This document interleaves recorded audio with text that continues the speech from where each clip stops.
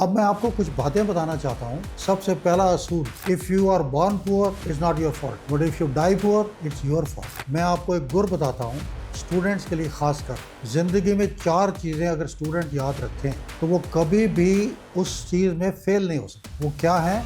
नजर, खबर, जबर, सबर। लोग सेल्स को बड़ा ही डिफिकल्ट टॉपिक समझते हैं, लेकिन आपने बताया कि आपने एक टारगेट 37,000 घड़ियों का लिया और 1 लाख घड़ियां बेच दी, तो मतलब you are a master salesman. तो सर अब मान लीजिए कि कल से मैं एक सेल्स की नौकरी ज्वाइन कर रहा हूँ और मुझे टारगेट मिल जाता है, तो मैं बड़ा दुखी हूँ यार, ये मैंने क्या कर दिया, और तो कहीं नौकरी नहीं मिल रही थी, सेल्स की नौकरी शुरू कर दी। तो सर ऐसे व्यक्ति को आप क्या मैसेज देना चाहिए, क्योंकि ऐसे करोड़ों में है। सेल्स में बेटा common sense is the most essential. कोई सेल्स में, किसी भी ट्रेड में कोई फर्क नहीं। Principles are the same in every trade. आज की डेट में भी 2025 में बैठ के आप 1970-1960 में इतनी सारी कंट्रीज ट्रैवल कर रहे थे, तो क्या ट्रैवलिंग ने आपकी हेल्प की, आपको एक बेहतर इंसान बनाया या एक बेहतर बिजनेसमैन बनाया? उस समय आप ये कैसे कर पाए सर? मैं हमेशा बिलीव करता हूँ कि एवरीथिंग हैपन फ्रॉम अप। वही दिल्ली में सर ने आज एक इतना बड़ा लैंड पार्सल सिर्फ और सिर्फ फाउंडेशन के लिए दान कर रखा है। साथ ही साथ सर ये भी कहते हैं मैं तो और दान करना चाहता हूँ। 1 करोड़ शेयर खरीदे हुए 1960, 61, 62 भूल जाओगे। आज की कीमत पता है कितनी? 34 करोड़। ओह वाह। वो शेयर 1 करोड़ मैंने अशोक सानी फाउंडेशन में दान कर दिया है। कि शादी भी हो गई है, सब कुछ है, लेकिन तब भी लोग वो कंफर्ट, साथ में रहना, या एक दूसरे पे ट्रस्ट इश्यूज होना, या मैरिज का नहीं चल पाना, ये भी बहुत एक बड़ी एक समस्या है। इस बारे में सर कुछ? आज क्या है, it is not a marriage, it's a agreement. नमस्कार दोस्तों, इंडस्ट्रियलिस्ट बनना कोई आसान काम नहीं, और इंडस्ट्रियलिस्ट भगवान के आशीर्वाद से दिन पर दिन भारत देश में बढ़ते जा रहे हैं। लेकिन ये किया किसने? ये किया एक ऐसी सोच ने, जो सोच सिर्फ अपना भला नहीं चाहती, वो चाहती है कि आप भी उसी तरीके से आगे बढ़ें, और ये पॉडकास्ट भी उसी सोच का एक हिस्सा है। लेकिन कल एक बड़ा गजब की चीज हुई।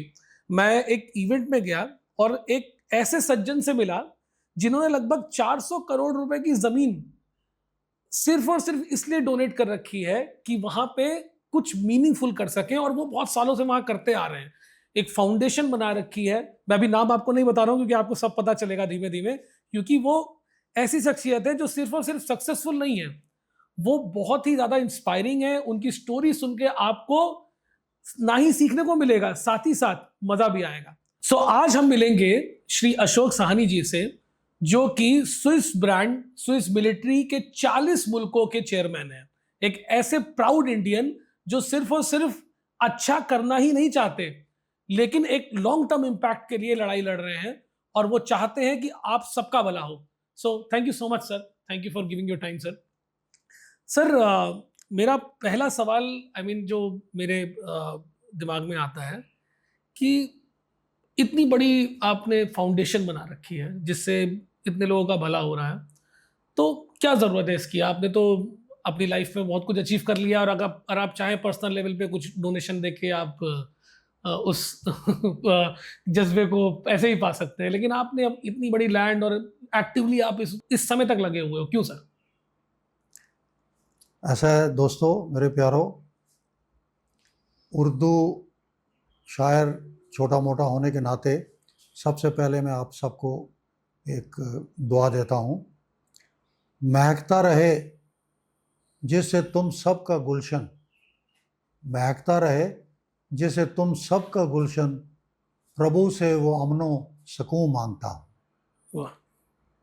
मैंने अपनी ज़िंदगी, पाकिस्तान से हम लोग आए, बड़े पढ़े लिखे एलीट क्लास के लोग थे, मेरे दादाजी सेशन जज थे, लेकिन इंडिया में आके हम एक छोटे से गांव में बस गए जहाँ पर हमारे पास बिल्कुल दौलत नहीं थी, और मेरे पिता की डेथ जब मैं 19 साल का था तो हो गई, और मुझे 9 आदमियों को पालना था।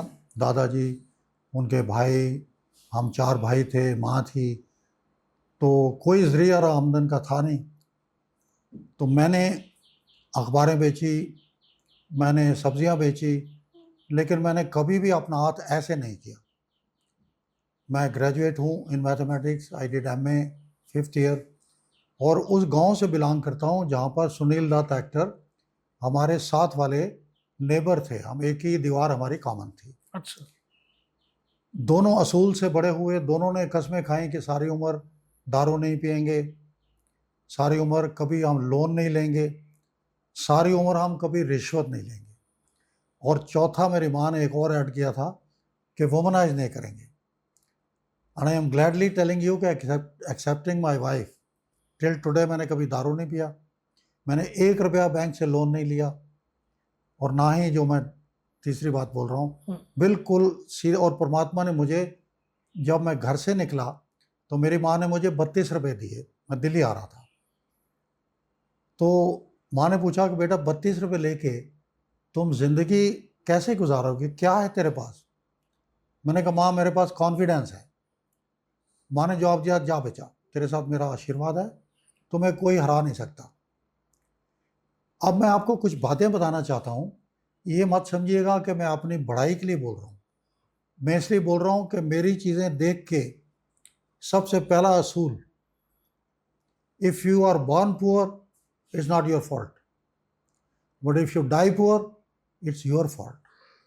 भगवान ने हमारे को 2 हाथ ताकत के रूप में दिए हैं, बुद्धि एक छानी के रूप में दी है, तो अपनी लाइफ को आप उस ताकत के और बुद्धि से जो बनाना चाहो, डॉक्टर धर बनना चाहते हो कि आप जैसा बनना चाहते हो, कि इंडस्ट्रीज बनना चाहते हो, डॉक्टर बनना, ये आपके ऊपर है। उसके लिए मैं आपको एक गुर बताता हूँ, स्टूडेंट्स के लिए खासकर। ज़िंदगी में 4 चीज़ें अगर स्टूडेंट याद रखें तो वो कभी भी उस चीज़ में फेल नहीं हो सकते। वो क्या है? नज़र, खबर, जबर, सबर। नजर, खबर, जबर और सबर। सबर। अब मैं व्याख्या करता हूँ कि ये जी क्या है। जी। नज़र इज़ कि आप क्या बनना चाहते हो।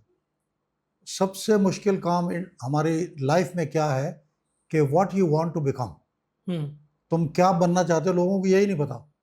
तू बीए कर रहा है, यार मैं भी बीए कर लेता हूँ। तुम्हारी मेंटालिटी हो रहा है, वातावरण हो रहा है, मेरा वातावरण हो रहा है। मुझे देखना है कि मुझे क्या बनना है। सबसे पहले सोचो कि तुम क्या बनना चाहते हो, दैट इज नज़र।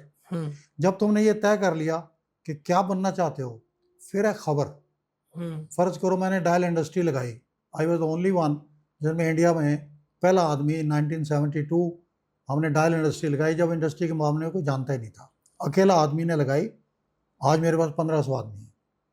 लेकिन फिर मेरे को नज़र और उसके बाद ही खबर कि डायल बनता कैसे है, कहाँ पैदा होता है, क्या क्या ज़रूरी है इसके लिए, पूरी इन्फॉर्मेशन। उसके लिए मैंने स्विट्ज़रलैंड 2 साल नौकरी करी फ्री, एक लैंगेडॉर्फ वॉच कंपनी थी, इस एम से कि मुझे डायल बनाना है। वो नौकरी के बाद उन्होंने बोला था 37,000 घड़ी बेच के आओगे तो तुम्हें सैलरी मिलेगी। मैं 1,67,000 घड़ी बेच के आया। मेरी सारी बुक्स में मेरी स्टोरी है, आप पढ़ना। जी जी जी सर। जब मैं ये बेच के आया तो मालिक ने बोला कि मैं इतना खुश हूँ, मांगो तुम क्या मांगते हो। मैंने कहा जो मैं मांगूंगा तुम दोगे नहीं। उसका मैं प्रॉमिस करता हूँ जो मांगोगे दूंगा। मैंने कहा मुझे डायल की ट्रेनिंग चाहिए। वो कह लगा ये मैं नहीं दे सकता, क्योंकि स्विट्ज़रलैंड का रूल है कि आप किसी को, जो हमारी इंडस्ट्री की, वी आर ऑर्थोडॉक्स पीपल, हम टेक्निकल नो हाउ नहीं देते। मैंने कहा जी मैं काम मांग रहा हूँ, कोई सर्टिफिकेट थोड़ी मांग रहा हूँ, मेरे को तो नौकरी करने के लिए आप जगह दे दो कि मैं 6 महीने यहाँ काम कर सकूँ। उसने कहा ये तो आप कल से कर सकते हो, मैं फ्री सेवा करूँगा, मुझे कुछ नहीं चाहिए। वो 6 महीने मैंने स्विट्ज़रलैंड में एक एक प्रोसेस खुद देखा और खुद अपने हाथ से किया। I am 87 years old today. I'll be on the 88th birthday on 1st of July. आज भी मेरी फैक्ट्री में कोई टेक्निकल फॉल्ट आती है तो बुढ़े के पास आते हैं कि सर ये ठीक नहीं हो रहा। क्यों? क्यों? मैंने अपने हाथ से काम किया हुआ है।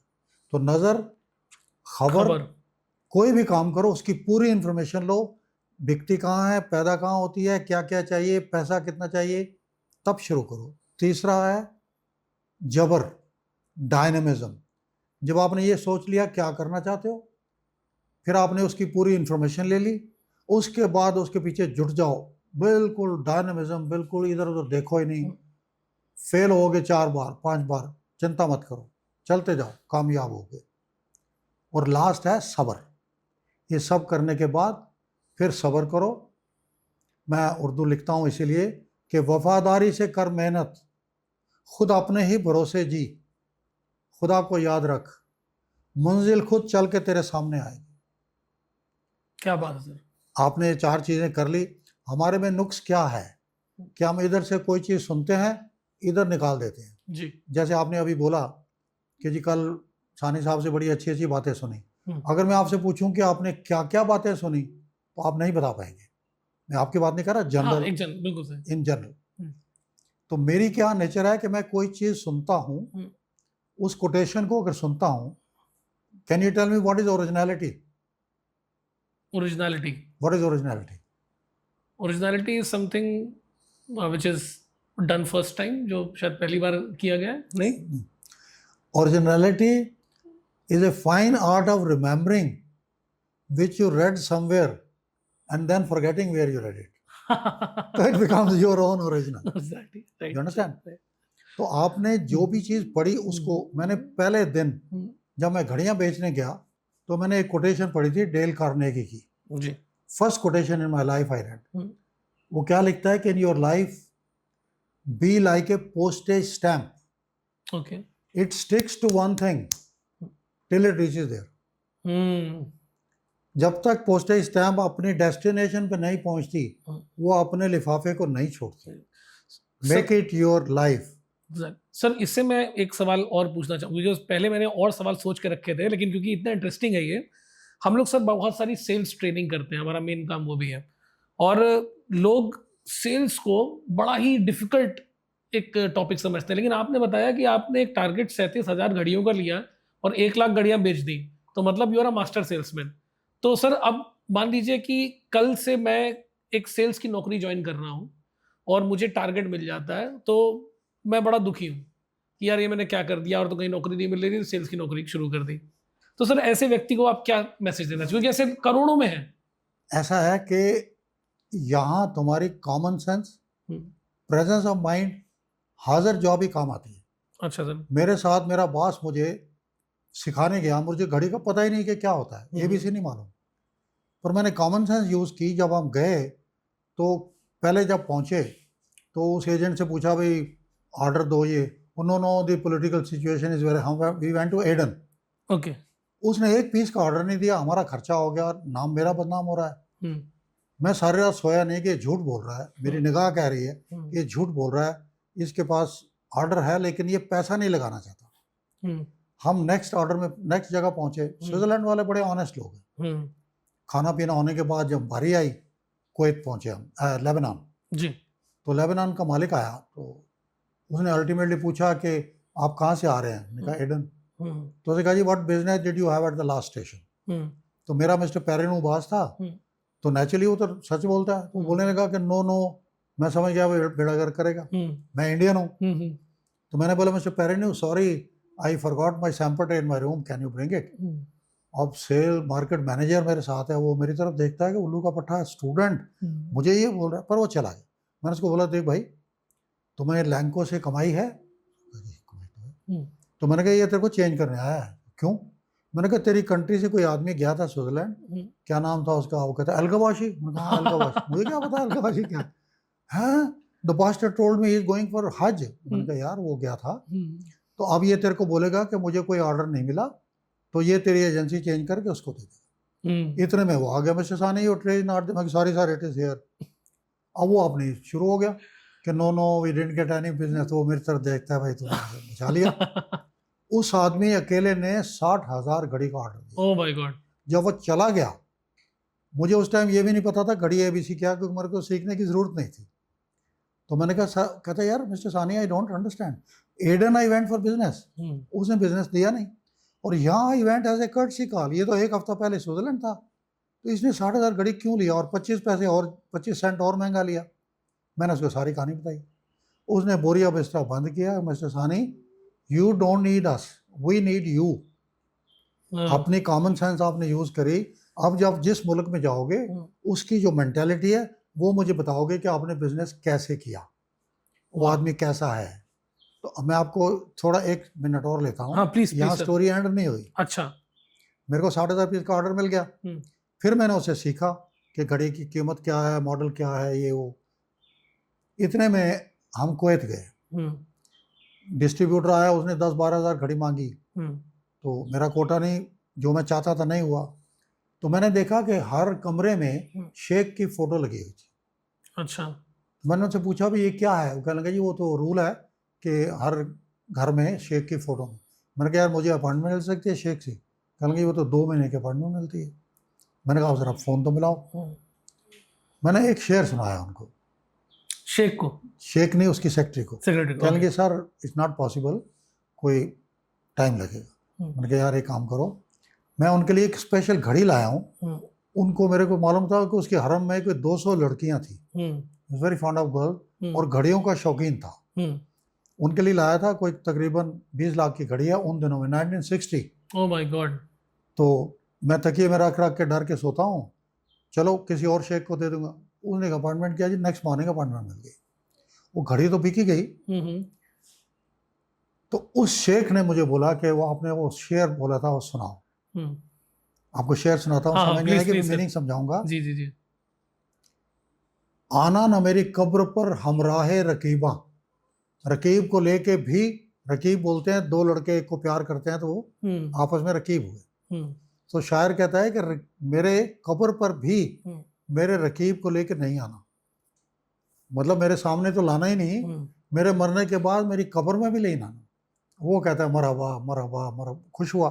तो मैंने कहा आना ना मेरी कब्र पर हमराहे रकीबा, कि मुर्दे के मुसलमान को जलाया नहीं करते, मुसलमान के मुर्दे को दफनाते हैं। और अगर तुम उसको लेके मेरी कब्र पर आओगे तो मैं जलूंगा, which is against my religion. उस आदमी ने, शेख ने मेरे से 5 बार वो शेर सुना, मरहबा मरहबा। उन दिनों कैसेट तो होते नहीं थे। फिर उसने लिखा।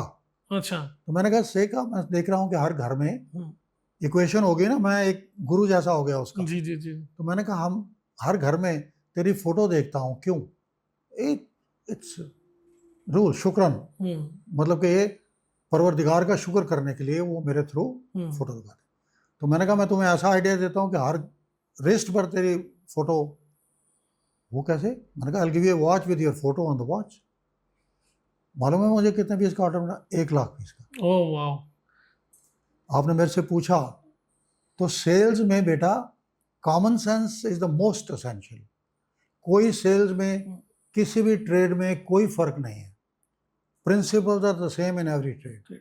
आपकी लगन, आपकी सच्चाई, कोई भी चीज करनी हो उसकी आपकी डेडिकेशन, ऑनेस्टी, और पूरी तरह उसमें जुट जाओ, फेल हो ही नहीं सकते।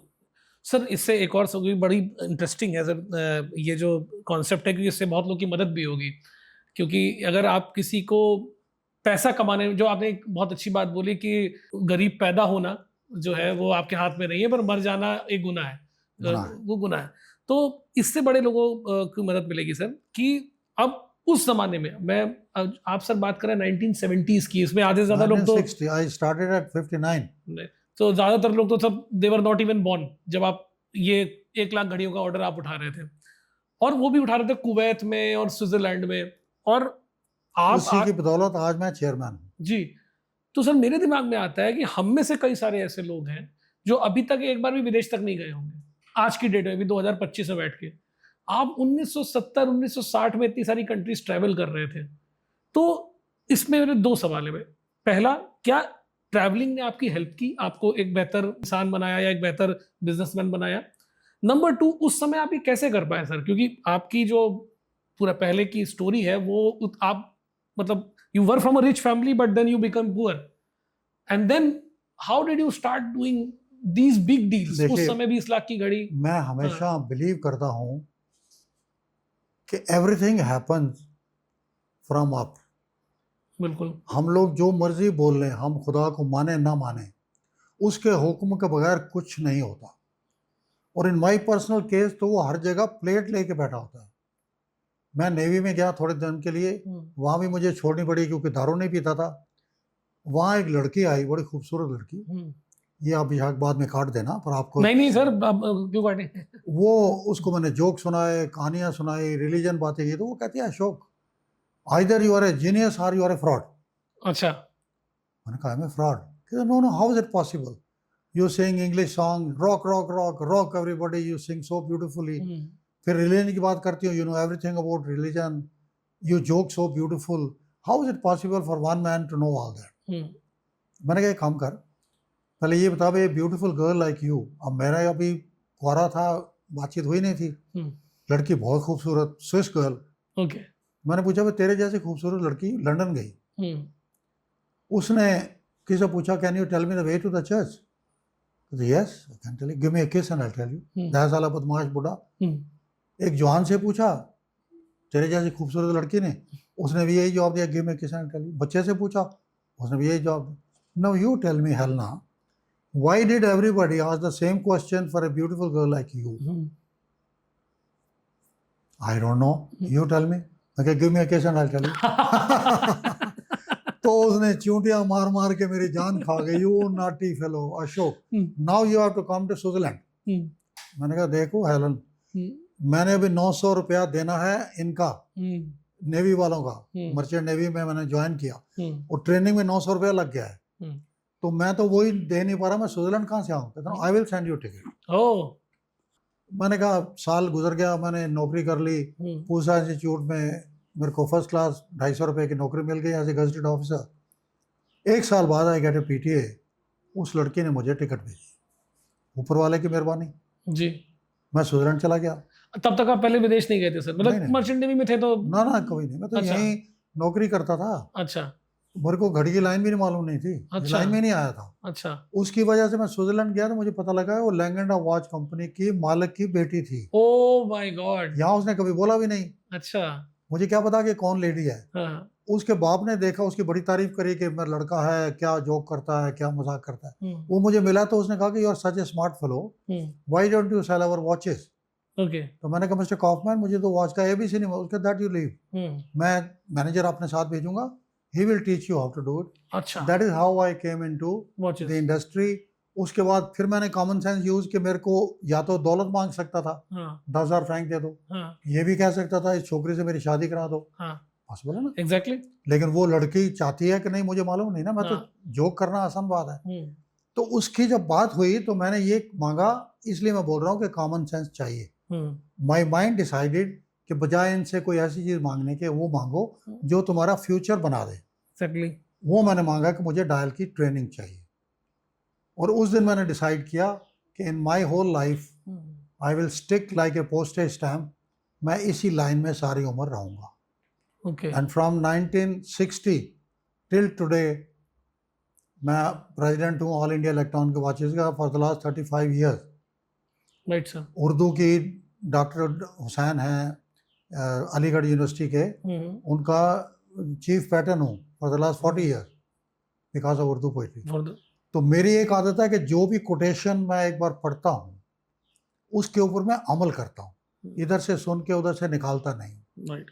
मैंने पहला शेर पढ़ा था कि माना के इस जहान को ना गुलजार कर सके, माना के इस जहान को ना गुलजार कर सके, कांटे कुछ कम ही कर गए गुजरे जिधर से हम। वाह क्या बात। तो मेरा दिल ये था कि मैं भी जिंदगी में अगर मेरा भला हो रहा है, परमात्मा कर रहा है, तो मैं भी किसी लोग का भला करूं, लेकिन मेरे पास दौलत नहीं थी, अभी तक तो काम नहीं हुआ ना।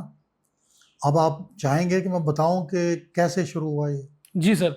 उससे पहले सर मैं एक छोटा सा पॉइंट और, आपकी डिसीजन मेकिंग पे मैं एक और चीज सर बोलना चाहूंगा कि आप यहाँ पे एक अच्छी खासी जॉब कर रहे थे, वहां से आपको किसी रैंडम व्यक्ति ने एक टिकट भेजा, अब आप एक नई कंट्री पहुंच गए और वहां पे आप पहुंचते हो, फिर आप एकदम से ये पुरानी लाइफ छोड़ के वहां पे काम करना शुरू कर देते हो। ये बहुत लोग के लिए आसान नहीं है करना। तो नहीं, मैंने नौकरी छोड़ी नहीं। अच्छा, नौकरी नहीं छोड़ी थी आपने? ना। अच्छा अच्छा। मैं तो सैर करने की भावना से गया था। अच्छा। जब उन्होंने मुझको अपॉर्चुनिटी दी जी कि तुम्हारे को मैं ये सेल्स सिखाता हूँ and then I will give you agency for this area, उसके लिए मैंने मेहनत करी। ओके। मेरे को फ्यूचर नजर आया कि वहां तो मैं नौकरी करता रहूंगा, मैनेजर बन जाऊंगा, कहाँ तक पहुंचूंगा जी। यहाँ फ्यूचर है, एक इंडस्ट्री लगाऊंगा मैं सीख के, और इंडस्ट्री में तो मैं कहाँ पहुंच सकता हूँ। ओके। उसके लिए मैंने वहां पर ट्रेनिंग लिया, और जो भी आदमी का डिसीजन होता है दिलाने वाला फिर वो है, अपॉर्चुनिटी भी वही दिलाता है जी, मौके भी वही बनाता है जी। फिर मैं धीरे धीरे इंडस्ट्री में चलता रहा। डायल बनाना कोई आसान तो नहीं है, लेकिन बड़ी मेहनत करी है मैंने। लाइफ में 7 फैक्ट्रियां खरीदी हैं डायल की, running factory, 2 from Switzerland, 2-2 kilometre लंबी फैक्ट्री। उनको सारों को कंटेनर में लेके नेवी वाले दोस्त बन गए थे, उन्होंने कंटेनर फ्री देने शुरू किए, उनमें मशीनें भर के लाता था। 5 फैक्ट्रियां मैंने चाइना, ताइवान और कोरिया से खरीदी, 2 फैक्ट्री स्विट्ज़रलैंड से खरीदी, सारी मशीनें यहाँ लेके आया, वहाँ से टेक्नोलॉजी स्विट्ज़रलैंड ताइवान की अलग ली, फिर मैं जाता था ताइवान की टेक्नोलॉजी स्विट्ज़रलैंड को देता था कि ये तुम डायल बना रहे हो, इतनी कॉस्ट ज़्यादा हो रही है, इसकी बजाय ये करो। तो वो कहते थे ओ कमाल है mister Sani, now you want some help, फिर वो मुझे कोई नई चीज़ बताते थे। तो मैं दोनों टेक्नोलॉजीज़ को एक दूसरे को एक्सचेंज करता रहा। चाइनीज़ जो थे वही सिल्वर करते थे, वो क्या करते हैं पहले डायल को ब्रश किया फिर प्लेटिंग करते थे, तो प्लेटिंग 10 सेकंड चाहिए। स्विस क्या करता था कि पहले प्लेटिंग करता था और फिर ब्रश करता था, तो चांदी जो है 90% उतर जाती थी लेकिन लास्टिंग ज़्यादा होती थी, उसके ऊपर लेकर हो जाना है। तो वो टेक्नोलॉजी से they saved about 35% money Swiss people, which is huge.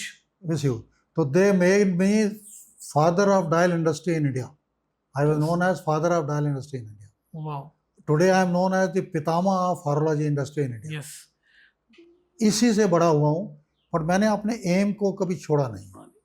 Ji sir, मेरा अगला सवाल ये है कि आप एक बड़े रिनाउंड राइटर भी हैं और मेरे को सौभाग्य प्राप्त हुआ आपकी सबसे मतलब जिसको मैं हल्की वैसे नहीं कह रहा हूँ, लेकिन वजन में हल्की लेकिन दम में बहुत ज्यादा किताब पढ़ने का, जो जिसमें चुटकुले लिखे हुए हैं। मुझे बड़ा मजा आया सर वो किताब पढ़ के कि और आप लोग पढ़िएगा उसको, हम लिंक्स डाल देंगे यहाँ डिस्क्रिप्शन में कि आपका कभी भी आप रील देखते हो ना, उससे बेहतर वो किताब उठाना और उसमें छोटे छोटे चुटकुले बहुत ही बेहतरीन। जैसे मैंने एक बड़ा अच्छा सर मुझे पसंद आया था कि एक व्यक्ति बैठा होता है और वो रोटी होती है, तो एक रोटी खा रहा है और साथ में मुर्गे को खिला रहा है, फिर रोटी खा रहा है मुर्गे को खिला रहा है, तो दूसरा आदमी उससे पूछता है कि भाई क्या कर रहे हो, कह रहे हैं मैं मुर्गा रोटी खा रहा हूँ। इस तरीके के उसमें चुटकुले हैं।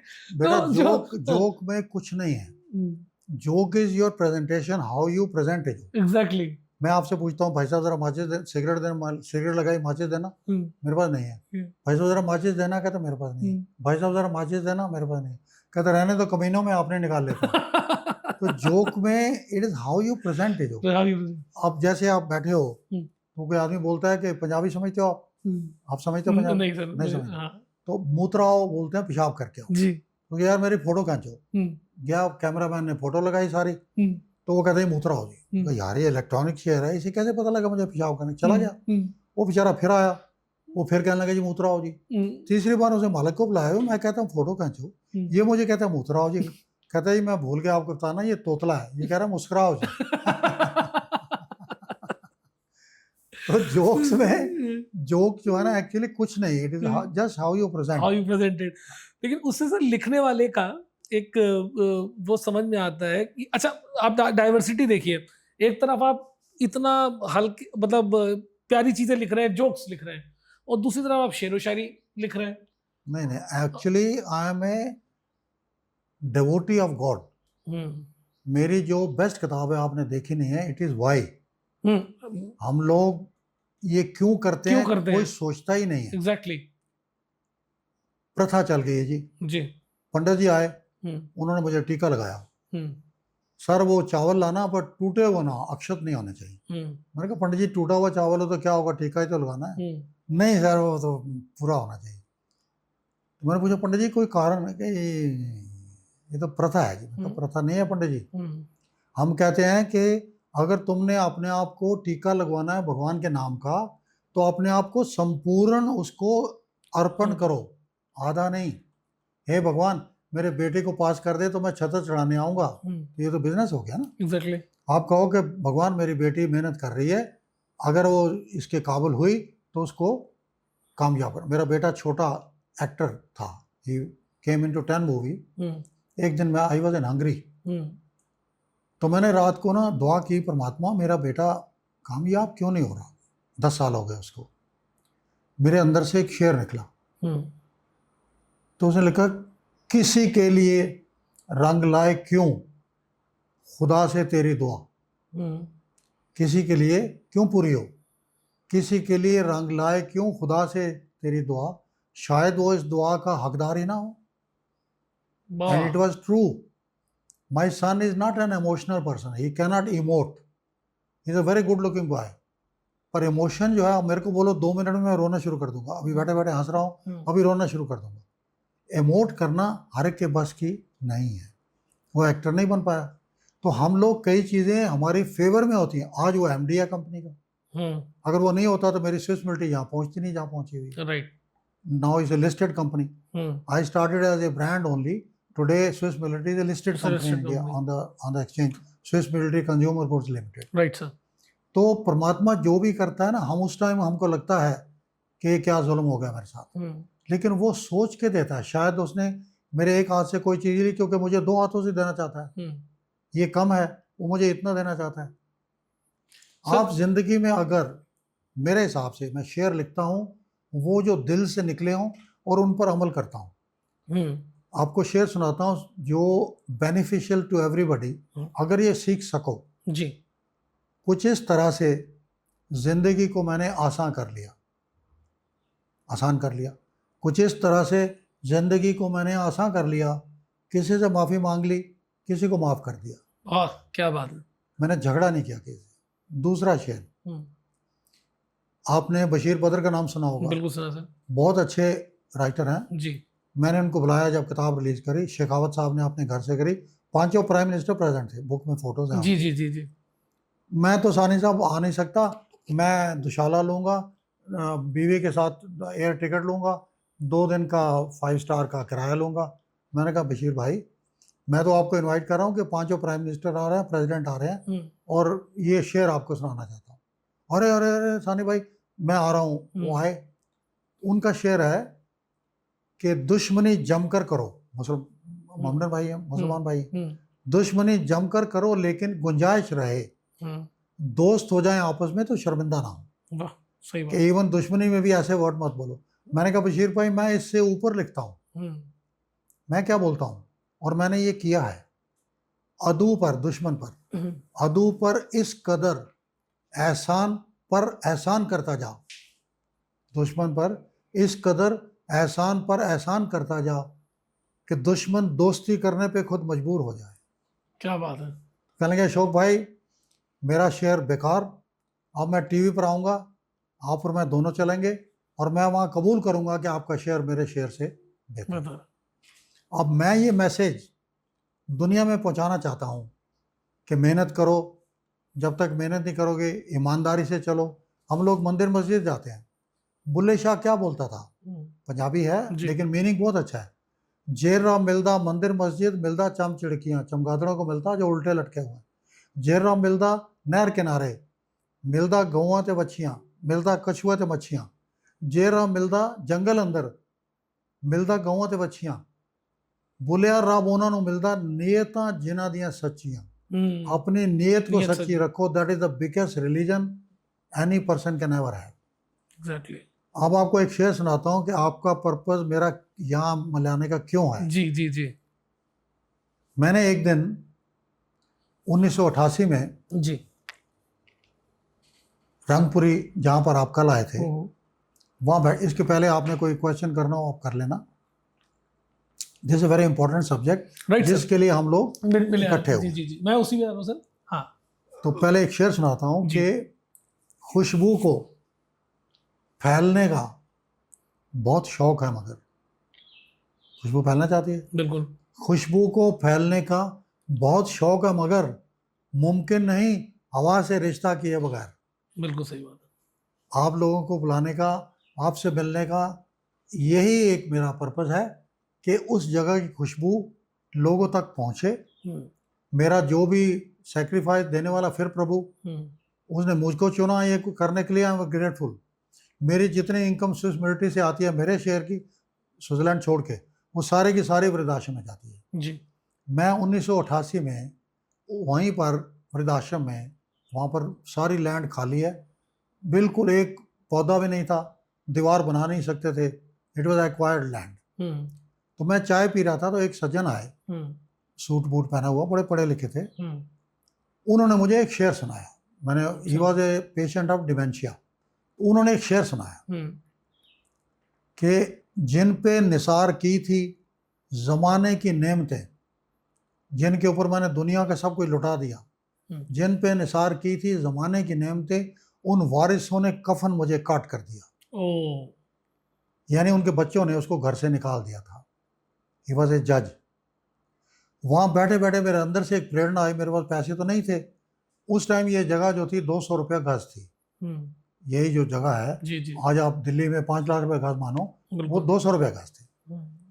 पर मेरे अंदर से आवाज़ है कि अशोक सानी, ये जैसे बुजुर्ग घूम रहे हैं घर से निकले हुए, तू भी कभी तेरे पास पैसे हुए तो यहाँ पर एक ऐसा ही वो बनाना वृद्धाश्रम।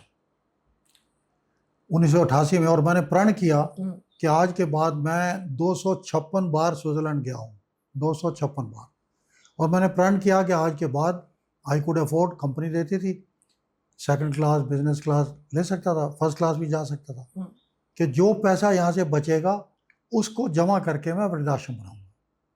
2014 तक मेरे पास 18 करोड़ रुपए इकट्ठा हो गया। वाह।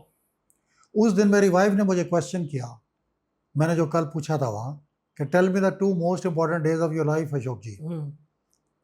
मैं नहीं बोल सका। मैंने कहा एक तो जिस दिन पैदा हुआ, कहते ये। तो क्वेश्चन वाज कि 2 मोस्ट इंपॉर्टेंट डेज हैं, जिस दिन तुम पैदा हुए, and second is when you come to know why, क्यों पैदा हुए।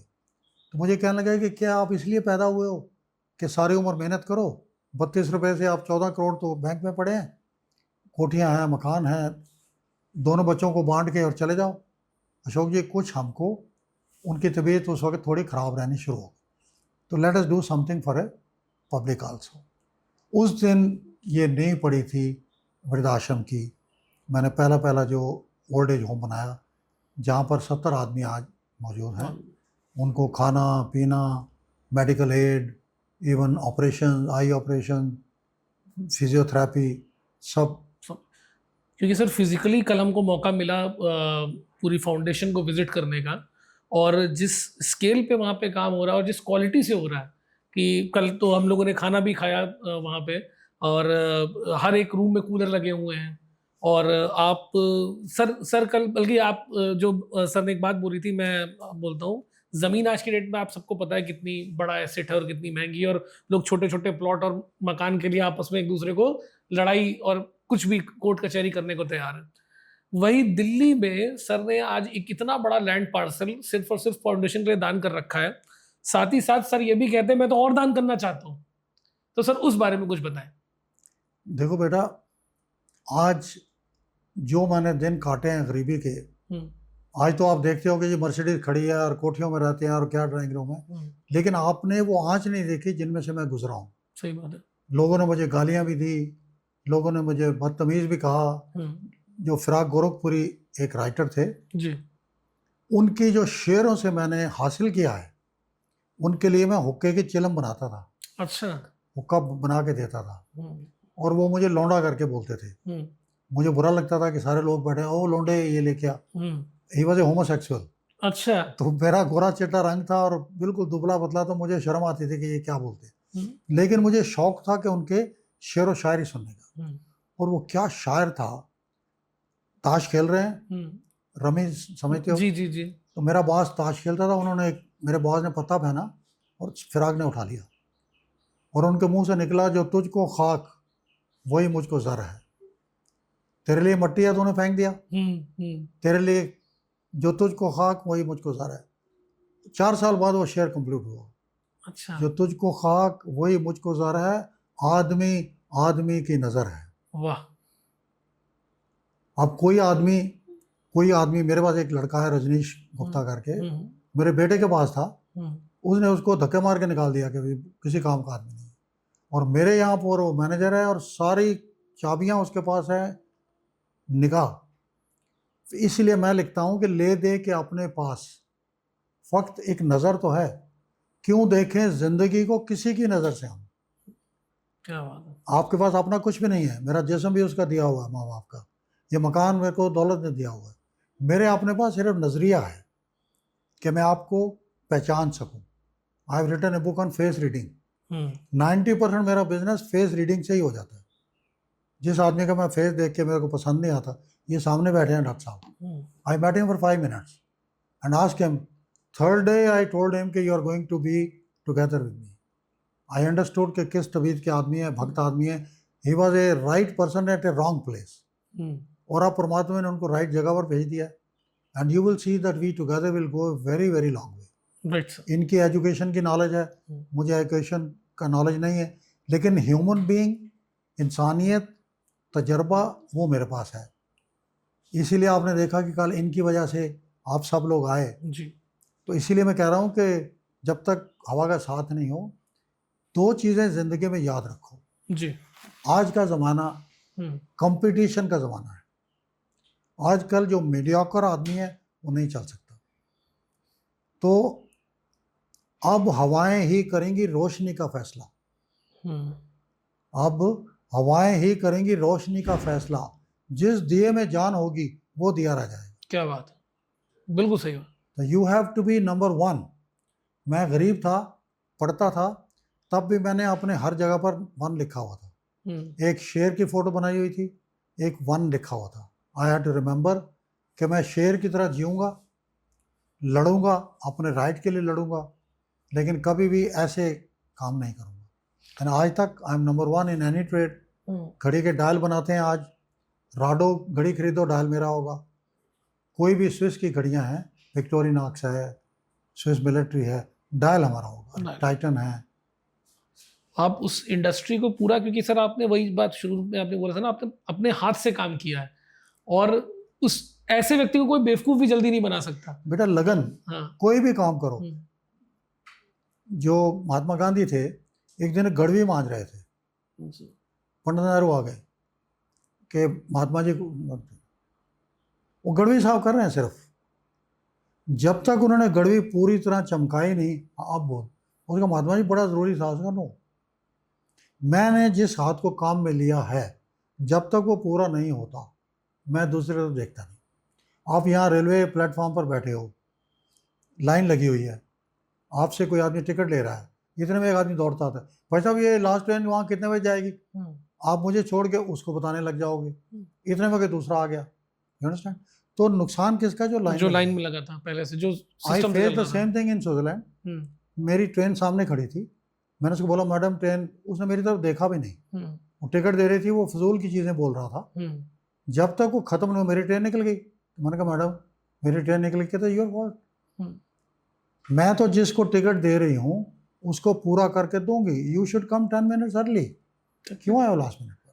सही बात है। तो आई लर्न के बिल्कुल ठीक बोल रही है। तो आज मैं वही करता हूँ, जब तक के मेरा एक स्लोगन है कि सर्कल शुड बी कंप्लीट। आजकल मैं चीज़ें लिखता हूँ, आपको 2-4 गुर बताता हूँ। जी प्लीज। मैंने ये जो यूनिटेक वाले हैं, चंद्रा साहब, बहुत ही शरीफ और अच्छे इंसान हैं। गलत डिसीजन की वजह से बेचारे तकलीफ में आ गए। उनको मैंने एक बात बोली थी कि जो आप काम कर रहे हो गलत कर रहे हो। पहले गोद का बच्चा, फिर पेट का बच्चा। कहने लगे ज़रा समझाओ।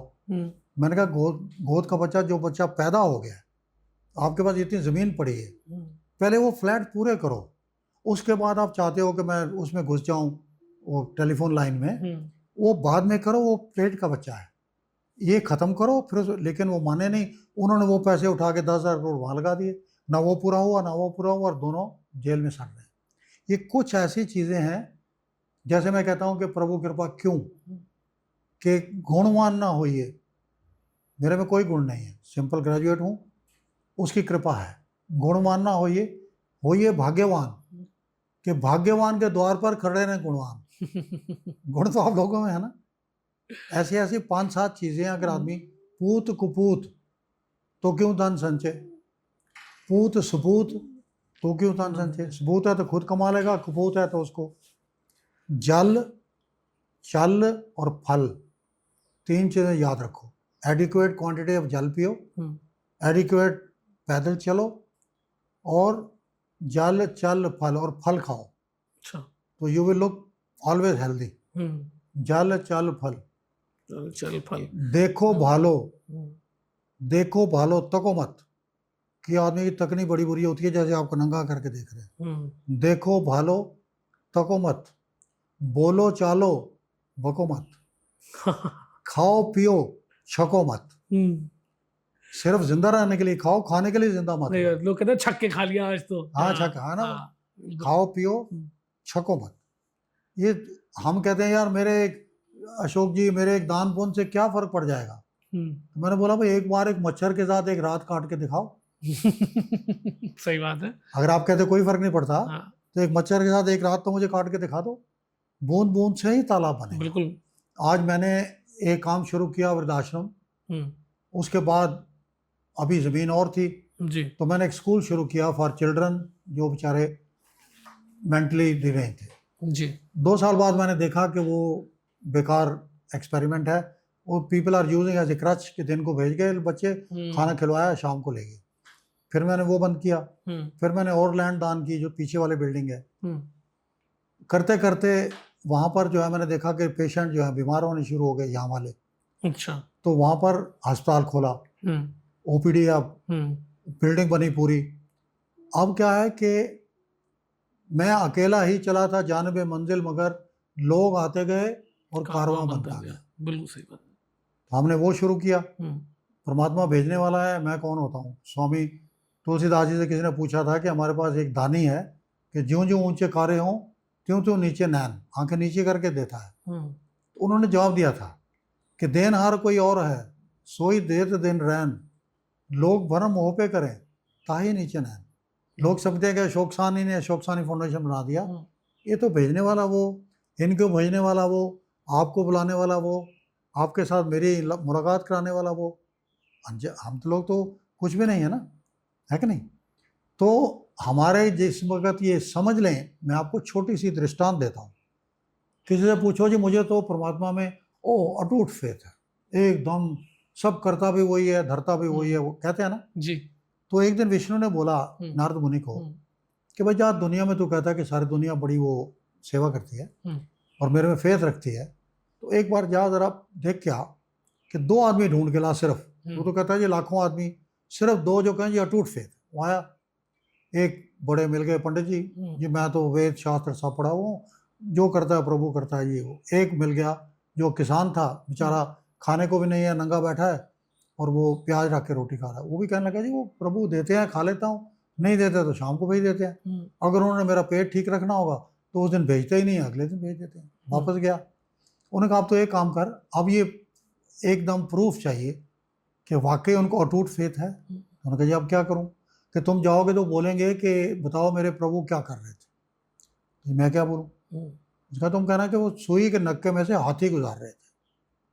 अच्छा। वो कहने लगे सर प्रभु इतना मत ठोको, हैं इतना मत फेंको कि लोग मुझे जूते मारेंगे, भाई मैं ही नहीं मान सकता। उसका मैं जो बोल रहा हूँ यही एक टेस्ट है। वो आया, पंडित ने पूछा मेरे प्रभु क्या कर रहे थे, उसने कहा जी वो हाथी के नक्के से, सुई के नक्के से हाथी निकाल रहे थे। वो कहने लगा पंडित छोड़ो यार, कुछ तो ख्याल करो, मान लिया भगवान है यार, पर भगवान सुई के नक्के में से हाथी निकाल रहे थे, ये कोई मानने की। उसने कहा मैंने तो जो देखा बोल रहा हूँ। अब वो आए किसान के पास, उसे भी वही हाल किया, कहते ये तो मेरे प्रभु ही कर सकते हैं। वो नारद जी वहाँ बैठ गए, भाई ये बताओ कि यार मैं तो हजारों साल से उनकी सेवा कर रहा हूँ, ये मैं ही नहीं देख सकता तो तू कैसे बोलता है। कहने लगे जी नारद जी किसके नीचे बैठे हो, अब ये बरगद का पेड़ है, ये कितना ऊंचा है, ये होगा 50 फुट। तो उसका जो प्रभु 50 फुट बरगद को इतने से बीज के अंदर दबा सकता है, तो क्या सुई के नक्के से हाथी नहीं गुजार सकता। अब अगर मानने को हो तो आप कहोगे वाह, और नहीं मानने को बोलो ये एक बात थोड़ी है जी, वो तो बीज है जी, बीज बड़ा होता है। तो प्रभु को मानने की कोई प्रूफ नहीं है, राइट। कोई दुनिया में प्रूफ नहीं है। कहते हैं कि फिलॉसफी की बहस में रब का पता मिलता नहीं, डोर को सुलझा रहे हैं और सिरा मिलता नहीं। क्या इसका कोई सिरा नहीं है, इट इज ए फेथ। अगर आपको प्रभु के ऊपर अटूट फेथ है तो वो कभी आपको डूबने नहीं देगा, हमेशा आपको अपने ऊपर हंसते रहो। गुर जिंदगी के सीखो खिलती हुई कली से, लब पर है मुस्कुराहट दिल खून हो रहा है। हमेशा आपके अंदर कुछ भी है, दुनिया को उसे कोई मतलब नहीं, दुनिया को स्माइल दो। एक चेला था, बहुत अच्छा आदमी, सिंसियर, गुरु के पास गया जी कि गुरुजी मैं आपसे शिक्षा लेना चाहता हूँ। सेवा करी 2 साल, तो कहने लगे गुरुजी मैंने इतनी सेवा कर ली, अब मैं सब कुछ जानता हूँ, तो अब मुझे आप गद्दी का वारिस बना दो। अच्छा। उन्होंने कहा भाई सब कुछ ठीक है पर तेरा एक इम्तिहान अभी बाकी है। ये मैं डब्बा दे रहा हूँ, ये डब्बा लेके जंगल में मेरे बॉस बैठे हैं, उनको दिया, लेकिन एक शर्त है कि डब्बा रास्ते में खोलना नहीं। अच्छा। अब वो जाता है, डब्बा देखता है, रास्ते में डब्बा साला हिले टक टक टक, कहता है पता नहीं सोना डाला हुआ है, कभी उधर होता है कभी इधर होता है, क्या है इसके अंदर।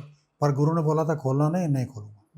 जब जंगल के पास पहुंचा तो देखता है फिर वो हिला, तो उसने कहा यार गुरु को थोड़ी पता लगेगा, ताला थोड़ी लगा हुआ, 1 मिनट देख के बंद कर दूंगा, पता थोड़ी लगेगा। उसने डब्बा खोला तो उसके अंदर चूहा था, वो भाग गया। अब जब वो गुरु के पास गए, उन्होंने डब्बा दिया। अब गुरु लायक थे बहुत, उनका बेटा ये डब्बा तुम्हें उन्होंने दिया क्या? तो कुछ बोला था उन्होंने? हाँ जी बोला था कि डब्बे को खोलना नहीं। तो कहते नहीं था उस डब्बे में कुछ नहीं था, चूहा था, भाग गया। उसका बेवकूफ, उसके अंदर चूहा नहीं था, वो गुरु का विश्वास था। वो ये जानना चाहते थे कि तुम उतनी, तुम्हारे को लगन जो है अटूट है कि नहीं है। तुमने शंका किया ना, तुमने क्यों खोला?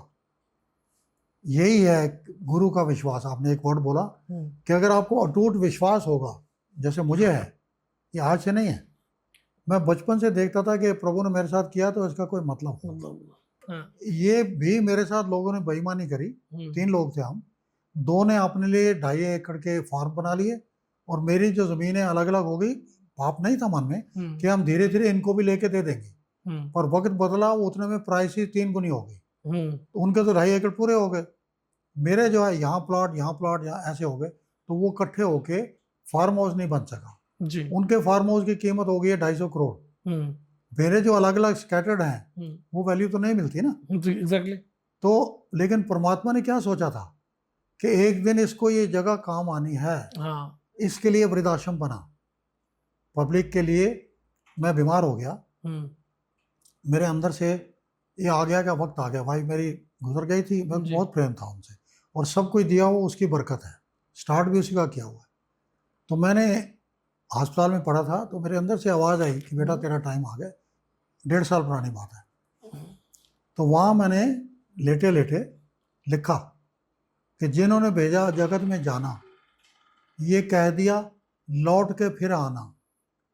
जो भेजने वाले हैं यहाँ पे वही तो वापस बुला रहे हैं, बेगम भी है वहाँ, मिलेंगे, है ना।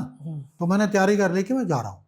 इतने में मेरा ड्राइवर आया, आपको कुछ नहीं हो सकता, वो 100 आदमी वृद्धाश्रम में आपके लिए रो रहे हैं।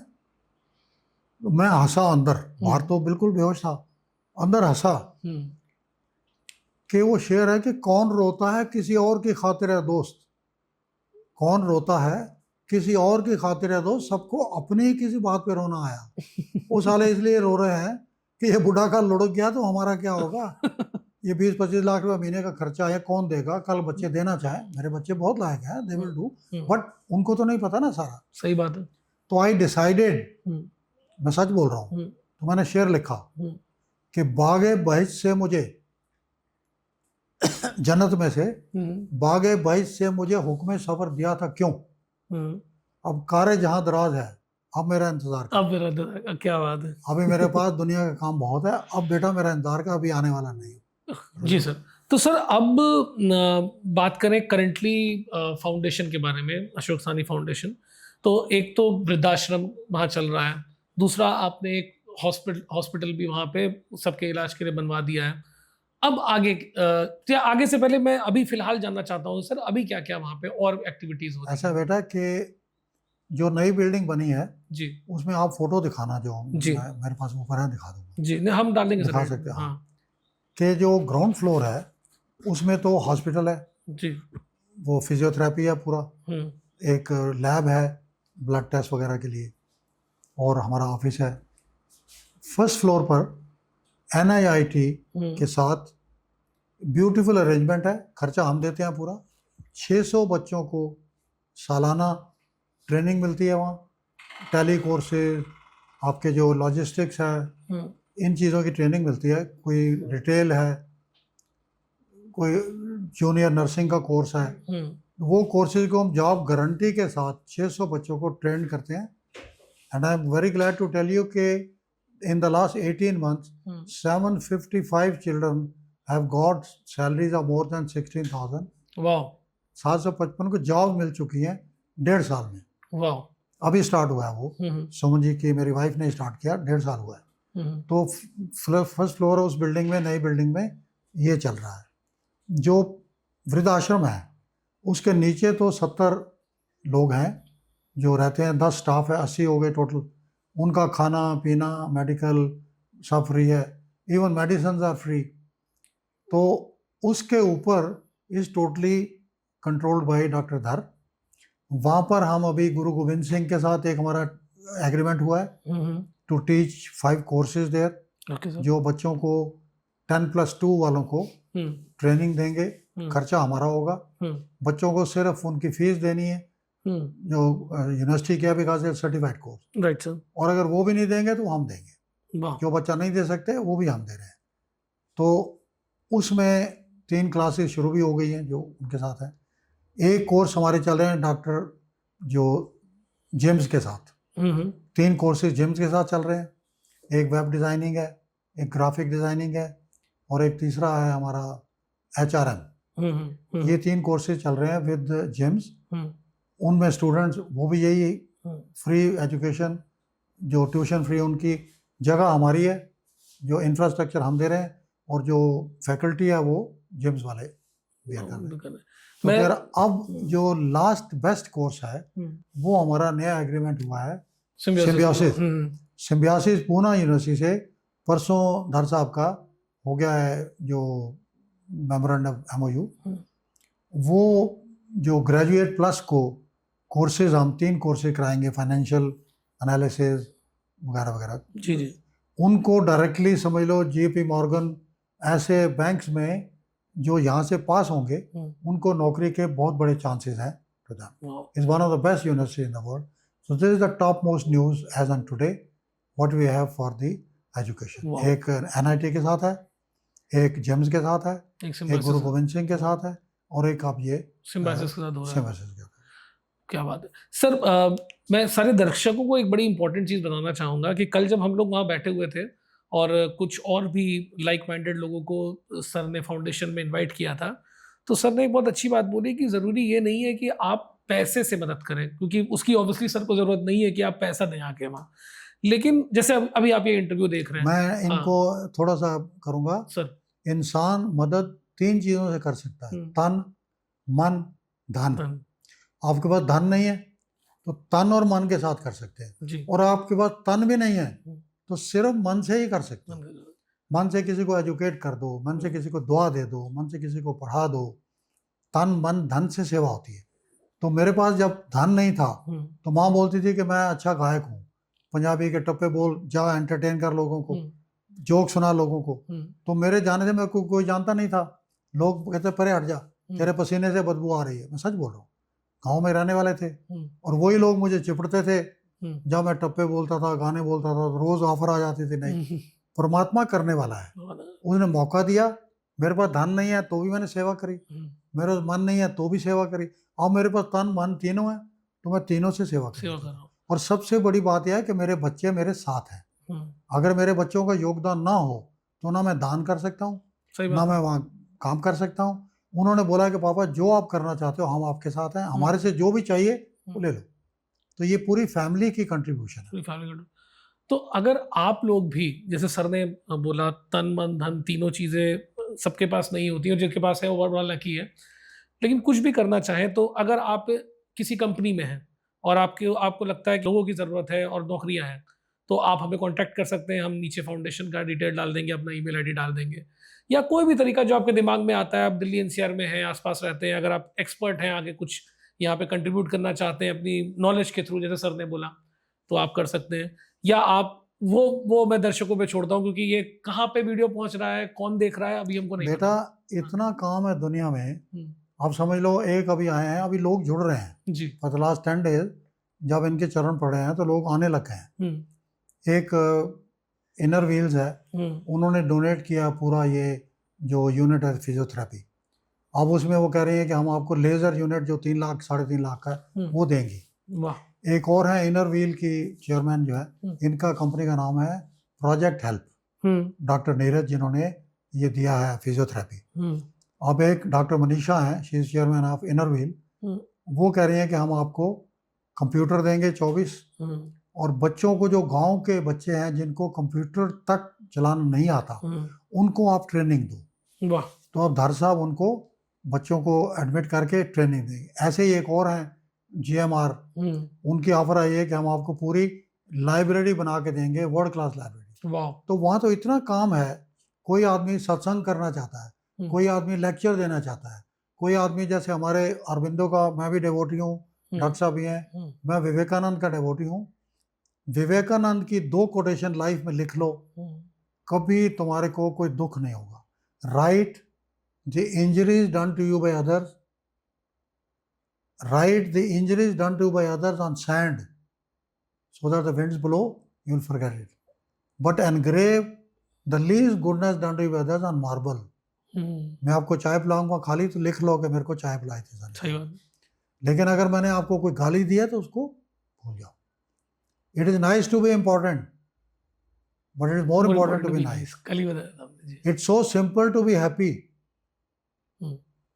It's so simple to be happy, but it's so difficult to be simple. Right. तो यो आप कोई भी आदमी हमारी संस्था के साथ किसी फॉर्म में जुड़ना चाहे, कोई लेक्चर देना चाहे, कल वो आए थे एंड में, जो क्या नाम था उनका, एक बहुत अच्छे टीचर हैं, इज ए फैकल्टी, उन्होंने ऑफर किया कि मैं ग्रेजुएट प्लस के बच्चों को खुद आके टीच करूंगा। वाह। तो आप ही के ग्रुप में से थे जी जी जी। तो आप में से कोई ना कोई, अभी मेरे को तो मालूम सरदार जी थे, हुआ थी, उनका भी बड़ा दिल है ये करने के लिए। बिल्कुल सर। तो मेरा मतलब ये है कि किसी फॉर्म में कोई भी आदमी अशोक सानी फाउंडेशन के साथ जुड़ना चाहे तो विल वेलकम है। Wonderful sir. अभी जो ऑफ कैमरा हम लोग डिस्कशन कर रहे थे, तो आपने एक बड़ा इंटरेस्टिंग किस्सा सुनाया, और जिससे लोगों को सीखने को बहुत मिलेगा। एक बार सर के घर में कुछ चोरी हो गई थी, और सर उस बारे में जरा प्लीज बताइए। हमारे घर में चोरी हुई तो मेरी माँ आई हुई थी जी। तो सरदार जोगिंदर सिंह जो डायरेक्टर CBI थे उस वक्त, IG पुलिस थे, और मेरे बहुत करीब बचपन के दोस्त हैं।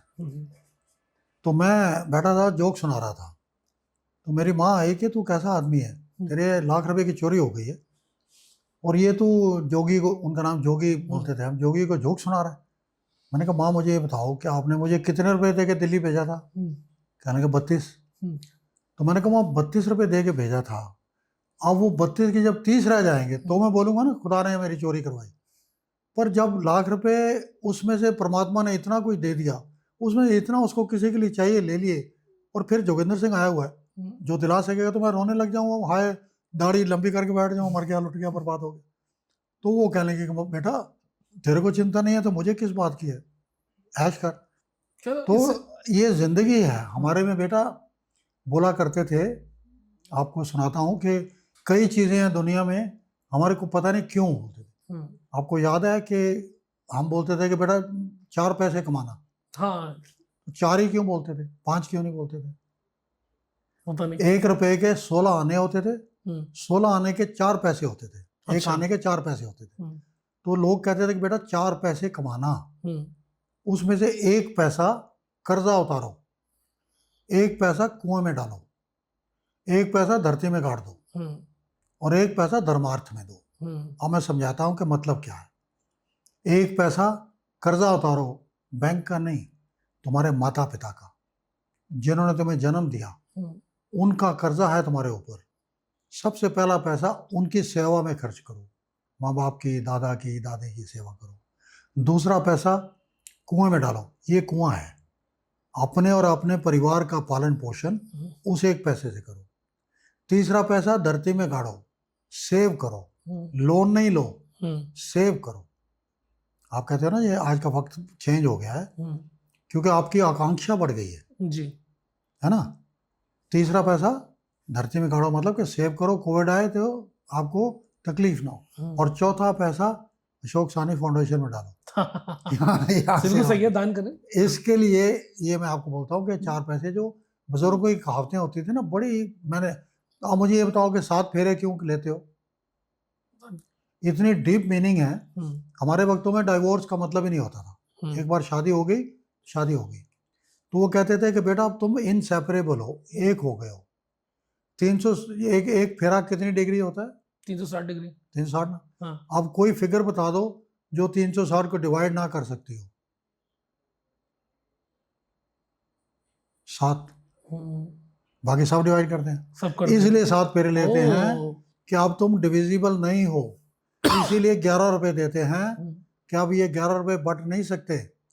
10 रुपए शगुन में नहीं देते, 101 रुपया देते हैं। बिल्कुल। इसीलिए कि अब तुम एक हो, अब तुम्हारे को डिवाइडेड नहीं, 7 फेरे इसलिए लेते। फिर वो अलग है, पहला फेरा इसके लिए, दूसरा हाँ, फेरा। वो तो ये सर, लेकिन साइंटिफिक रीजन बोल रहा हूँ। ये जो आपने एक सर एक बड़ी ब्यूटीफुल बात बोली और इससे एक बड़ी प्रॉब्लम भी चल रही है, उस बारे में मैं आपकी सर राय चाहता हूँ, क्योंकि आपने जिंदगी को इतने क्लोजली देखा है। मैं देखता हूँ जब आप मैम की बारे में बात करते हैं तो यू बिकम इमोशनल। हमने देखा मैम का स्टैचू भी फाउंडेशन में कितना बहुत भव्य बना हुआ है। 250 किलो हाँ। ब्रॉन्ज है। 250 किलो ब्रॉन्ज का आपने स्टूडियो अब बना रखा, और आपकी लाइफ में भी मैम की एक स्पेशल जगह है। लेकिन आजकल जब हम रिलेशनशिप्स को देखते हैं, खासकर हस्बैंड वाइफ की मैं अभी बात कर रहा हूँ, तो मैं प्यार मोहब्बत की बात भी नहीं कर रहा हूँ, कि शादी भी हो गई है, सब कुछ है, लेकिन तब भी लोग, अब खासकर मेट्रो सिटीज में, वो कंफर्ट, साथ में रहना, या एक दूसरे पे ट्रस्ट इश्यूज होना, या मैरिज का नहीं चल पाना, ये भी बहुत एक बड़ी एक समस्या है। इस बारे में सर कुछ बेटा मैं आपको बताऊं, सच्ची बात यह है। हम्म, पहली चीज तो हमारे वक्तों में एज का डिफरेंस होता था 6-7 साल। हम्म, तो ऑटोमेटिकली आपके दिल में रिस्पेक्ट आती है। हम्म, मेरी वाइफ अशोक जी बोलेगी। हम्म, आजकल अनुज की वाइफ उससे साल बड़ी है। हम्म, तो मैंने कहा माता जी को प्रणाम कर लो, मैं मजाक करता हूँ उसको। तो वो रिस्पेक्ट का रिश्ता खत्म हो गया, फ्रेंडशिप हो गई, नंबर 1। हम्म, इज्जत गई। दूसरा क्या होता था कि हमारे वक्तों में ladies were dependent upon man. Right. घरों में आदमी कमा के लाता था, उनका काम था सारा कुछ संभालना। हम्म, तो इसीलिए उनको गृहिणी बोलते थे। हम्म, जिनका पूरा गृह ऋणी है, हम्म, पूरा घर ऋणी है, वो गृहिणी है घर की, माँ जो होती थी। आज क्या है, it is not a marriage, it's a agreement. लड़की भी कमा रही है, लड़का भी कमा रही है। In most of the cases लड़की ज्यादा कमा रही है। तो जो गिव एंड टेक था, या जो सेक्रीफाइस का मादा था, या जो अटैचमेंट का मादा था, उस मादे को दौलत ने ले लिया। जब दौलत बीच में आ गई तो जो आपसदारी थी वो कम होगी। पहले बीवी घर पर है, आप आए, तनख्वाह उसको दे दी, वो घर चलाती थी।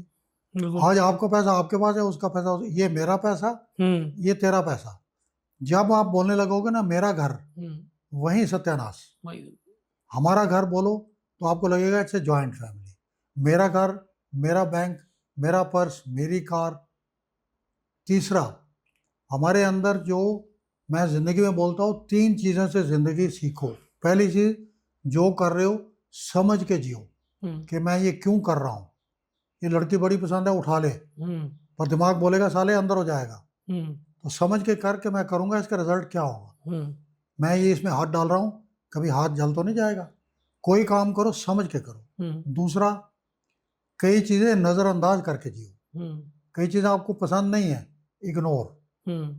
कोई वाइफ आपकी फर्ज करो सारा दिन टीवी देखती है, तो कई उसकी हैबिट्स है, उसको इग्नोर करो। और तीसरी चीज़ है, कई चीज़ें बर्दाश्त करके जियो। आप जॉइंट फैमिली में लड़की गई है, वो देखती है इसके पेरेंट डिपेंडेंट हैं, दूसरे हैं बीमार हैं, तो बर्दाश्त करो कि उनकी सेवा करना तुम्हारा। अगर तुम बोलते हो कि ये मेरे पेरेंट्स हैं, तो वही तो तेरे पेरेंट्स हैं। जब उनको तुम सास ससुर मानोगे तो बात नहीं बनेगी। हम लोग बोलते हैं जी कन्या होनी चाहिए और सेवा ज्यादा करती है, तो कन्या जब वहां जाती है तो वहां कन्या नहीं रहती, उस घर में भी तो कन्या ही है ना।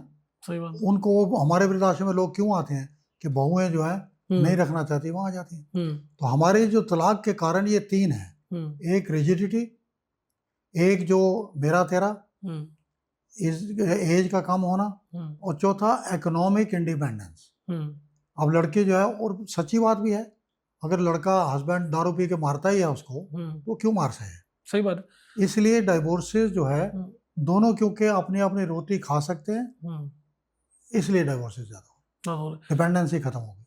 तो सर, लेकिन जैसे हम समाज की बात करेंगे, इवॉल्व हो रहा है एक समय पे सारे परिवार, क्योंकि मैं जॉइंट फैमिली से आता हूँ, सारे पिताजी के सारे भाई एक घर में, उनके बच्चे, और मतलब बड़ा घर छोटा परिवार बड़ा बहुत वाला लकी हो। वो आता था। उसके बाद सर लेकिन क्या हुआ कि जब धीमे धीमे धीमे क्या हुआ, सबके अपने अपने अपने घर बनते चले गए लोग, लेकिन तब भी आपस में कनेक्टेड रहे। अब जब आगे की जनरेशन आई तो लोगों को काम करने बाहर जाना पड़ा, कोई मुंबई चला गया, कोई दिल्ली चला गया, कोई इधर चला गया। तो अभी भी फिलहाल भी अभी तक टचवुड ये होता है कि होली दिवाली सब साथ में मनाते हैं एक जगह पे आके। लेकिन मैं आगे की तरफ इसको और जब आगे देखता हूँ तो देखता हूँ कि क्योंकि फिजिकली लोग साथ में प्रेजेंट नहीं है, सब अलग अलग हो गए। एक ब्यूटीफुल क्वेश्चन है आपका जी। ये जो कनेक्ट हम्म और कांटेक्ट, इसमें जमीन आसमान का फर्क है। अच्छा। People are in contact but they are not connected. मैं, कोई बच्चा अमेरिका रहता है, उसने मेरे को बोला जी सानी साहब इसमें क्या फ़र्क है। मैंने कहा तुम्हारे पिता कहाँ हैं? कि जी इंडिया में। कितने मेंबर हैं? कि जी 4 मेंबर हैं जी। पिताजी हैं, 2 भाई हैं, तो माँ की डेथ हो गई है। मैंने कहा अच्छा आपने पिताजी को लास्ट फ़ोन कब किया था? 15 दिन हो गए जी। ओह वेरी गुड, 15 दिन पहले फ़ोन किया। तो इंडिया कब गए थे? ये 2 साल पहले। वो कितने दिन रहे थे? ये गुड 10 डेज। अच्छा, और भाई भी हैं, वो भी हैं, 4-5 मेंबर थे। हाँ, दोस्त यार भी होंगे। हाँ, तो रात को सोते भी होगे, खाते भी होगे। हाँ जी। क्यों पूछ रहे हो? मैंने कहा मैं आ रहा हूँ उसी वक्त। तो पिताजी के साथ दिन में, कैन यू टेल मी कि इन 10 डेज कितने दिन पिता के साथ बैठे? फटी उसकी 2 डेज। मैंने कहा इन 2 years you sat with your father only in 2 days for half an hour, so you are in contact with him, you are not connected with him. क्या तुमने पूछा कि पिताजी माँ नहीं है तो आपका दिन कैसे गुजरता है, आप क्या करते हो, क्या आपको कुछ बुक्स चाहिए, मैं आपको कोई म्यूजिक ला के दूँ, कोई आपको इंस्ट्रूमेंट ला के दूँ, आपका मन लगा रहे? आपने कभी सोचा है? He started crying. तो we are not connected with people, we are in contact with people. There is a difference. मैं अकेला हूँ, I am alone but not lonely. There is a difference. और मेरे बच्चे हैं फर्स्ट क्लास, एक वो गोल्फ कोर्स में रहता है, एक सतबड़ी में रहता है। They want to come here, कमरे खाली पड़े हैं, मैं नहीं बुलाता। और मेरा मजा है आपके साथ बैठा हूँ, है ना? सही बात है। तो जो आप चीज़ बोल रहे हो, दुनिया बदल गई। उसमें मैं बोलूं कि आज की दुनिया में भी वही रहे जो पहले रिश्ते थे, वो नहीं हो सकता। नहीं हो सकता। अब लोग बाहर चले गए, आप उनको ब्लेम नहीं कर सकते। अमेरिका रहता है, 9 बजे भागता होगा, ट्रेन निकल गई, शाम को थका माना घर आएगा, बीवी बच्चों के साथ टाइम लगाएगा, तो माँ बाप भूल जाएंगे। It's natural. So things have change, so you have to change with the times. Exactly sir, मैंने ये सवाल आपसे इसलिए पूछा था क्योंकि क्या हो रहा है कि मैं एक अर्बन मिडिल क्लास की बात बता रहा हूँ आपको, क्योंकि मैं देखता हूँ बहुत क्लोजली, फैमिली से सेपरेटेड है, घर में चलो ठीक है अच्छा चल रहा है, कोई दिक्कत नहीं, हस्बैंड वाइफ, एक बच्चा 2 बच्चा, वो उनकी छोटी सी फैमिली है। दोस्त सब अलग अलग लोकेशन पे पड़े हुए हैं, कोई जो दोस्त यार थे, कोई होम टाउन छूट गया, कोई हैदराबाद में है, कोई बैंक ऑफ अमेरिका में चला गया, और आपके अब दोस्त भी नहीं है, रिश्तेदार भी नहीं है, क्योंकि रिश्तेदार भी अब ज़्यादा एक दूसरे के घर जाते जाते नहीं है, सबकी एक पर्सनल लाइफ है। तो मैं देखता हूँ एक बहुत बड़ा वॉइड है, जो अकेलापन इंसान को फील होता है। उस अकेलेपन में वो क्या करे, तो वो कभी कोई नशेबाजी में चला जाता है, और नशा खाली दारू सिगरेट का नहीं, नशा बहुत सारी चीज़ों का है, तो वो उस तरफ चले जाते हैं। तो वहाँ पे भी अब आपके पास मौका है कि एक तो अशोक सानी फाउंडेशन है ही है, साथ में जिस भी शहर में आप रहते हो, जहाँ पे रहते हो, अगर ये सोशल वर्क में घुस जाए तो शायद उनको वो ग्रुप भी मिलेगा, उनको शांति भी मिलेगी, और वो कुछ ना कुछ मीनिंगफुल कर पाएंगे। मैं आपको एक बात बताऊं, there are plan in 2 cases what I actually want to do there. एक तो आजकल घरों के हालात की वजह से 3-4% बच्चे नॉर्मल नहीं पैदा हो रहे, 3-4 बच्चे मेंटली फिजिकली डिरेंज्ड आ रहे हैं। उनके लिए मेरी जो पोती है, she is a special doctor for this one. तो I am going to open a section there, जो ऐसे बच्चे हैं जिनको गाइडेंस मिले, जो अपंग नहीं है, but they are not normal also, psychologically affected children है। दूसरा मेरा प्लान है कि वहाँ जो ये ड्रिंक वगैरह करते हैं, उनको छुड़ाने के लिए जो आते हैं, वो बनाया जाए, बट लॉन्ग रेंज। उसके लिए बिल्डिंग बनाऊंगा, इसीलिए मैंने ज़मीन डोनेट करी हुई है। आपने देखा होगा जब आप अंदर जाए तो 3000 गज खाली पड़ी है। जब आप अंदर आए वो लैंड भी मेरी है, जो ही गेट के अच्छा। अंदर आए ना जी जी वो जी। सारे लैंड हमारी है, उसके पार भी हमारी है। तो वहाँ पर ये अभी प्लान है कि जो जो फंड्स आएंगे त्यों त्यों और चीज़ें सोशल वर्क जो है उसमें भी करेंगे, क्योंकि ये प्रॉब्लम तो बहुत बढ़ रही है। ये प्रॉब्लम है सर सोसाइटी में, क्योंकि अब आप मुझे नहीं पता कि आज से 50 साल पहले कितने लोग सुसाइड करते थे, लेकिन आज आप देखेंगे सुसाइड रेट्स भी बहुत बढ़ गए लोग। और आप बेटा जब उनकी वजह पढ़ेंगे। आदमी को खुद सुधरना पड़ेगा। एक उर्दू का शेर है आदमी बजाए खुद एक मैशरे ख्याल। इंसान हिमसेल्फ एक ख्यालात का समुद्र है आदमी बजाए खुद एक मैशरे ख्याल। हम अंजुमन समझते हैं, खिलवत ही क्यों ना हो। मैं अकेला भी हूँ तो मुझे लगता है कि मैं महफिल में बैठा हूँ, क्यों कि मेरे दिमाग के अंदर इतने ख्याल हैं। वो ख्याल कैसे आएंगे? या तो पढ़ोगे, आप पढ़ना नहीं चाहते, या आपको कई लोगों से मुलाकात करोगे तो ख्याल आएंगे, वो मिलना नहीं चाहते। जब तक आप ये कंप्यूटर बाजी नहीं छोड़ोगे, अकेलापन तो आपके अंदर है ना। बिल्कुल सही बात है। अकेलापन तो मेरे अंदर नहीं है।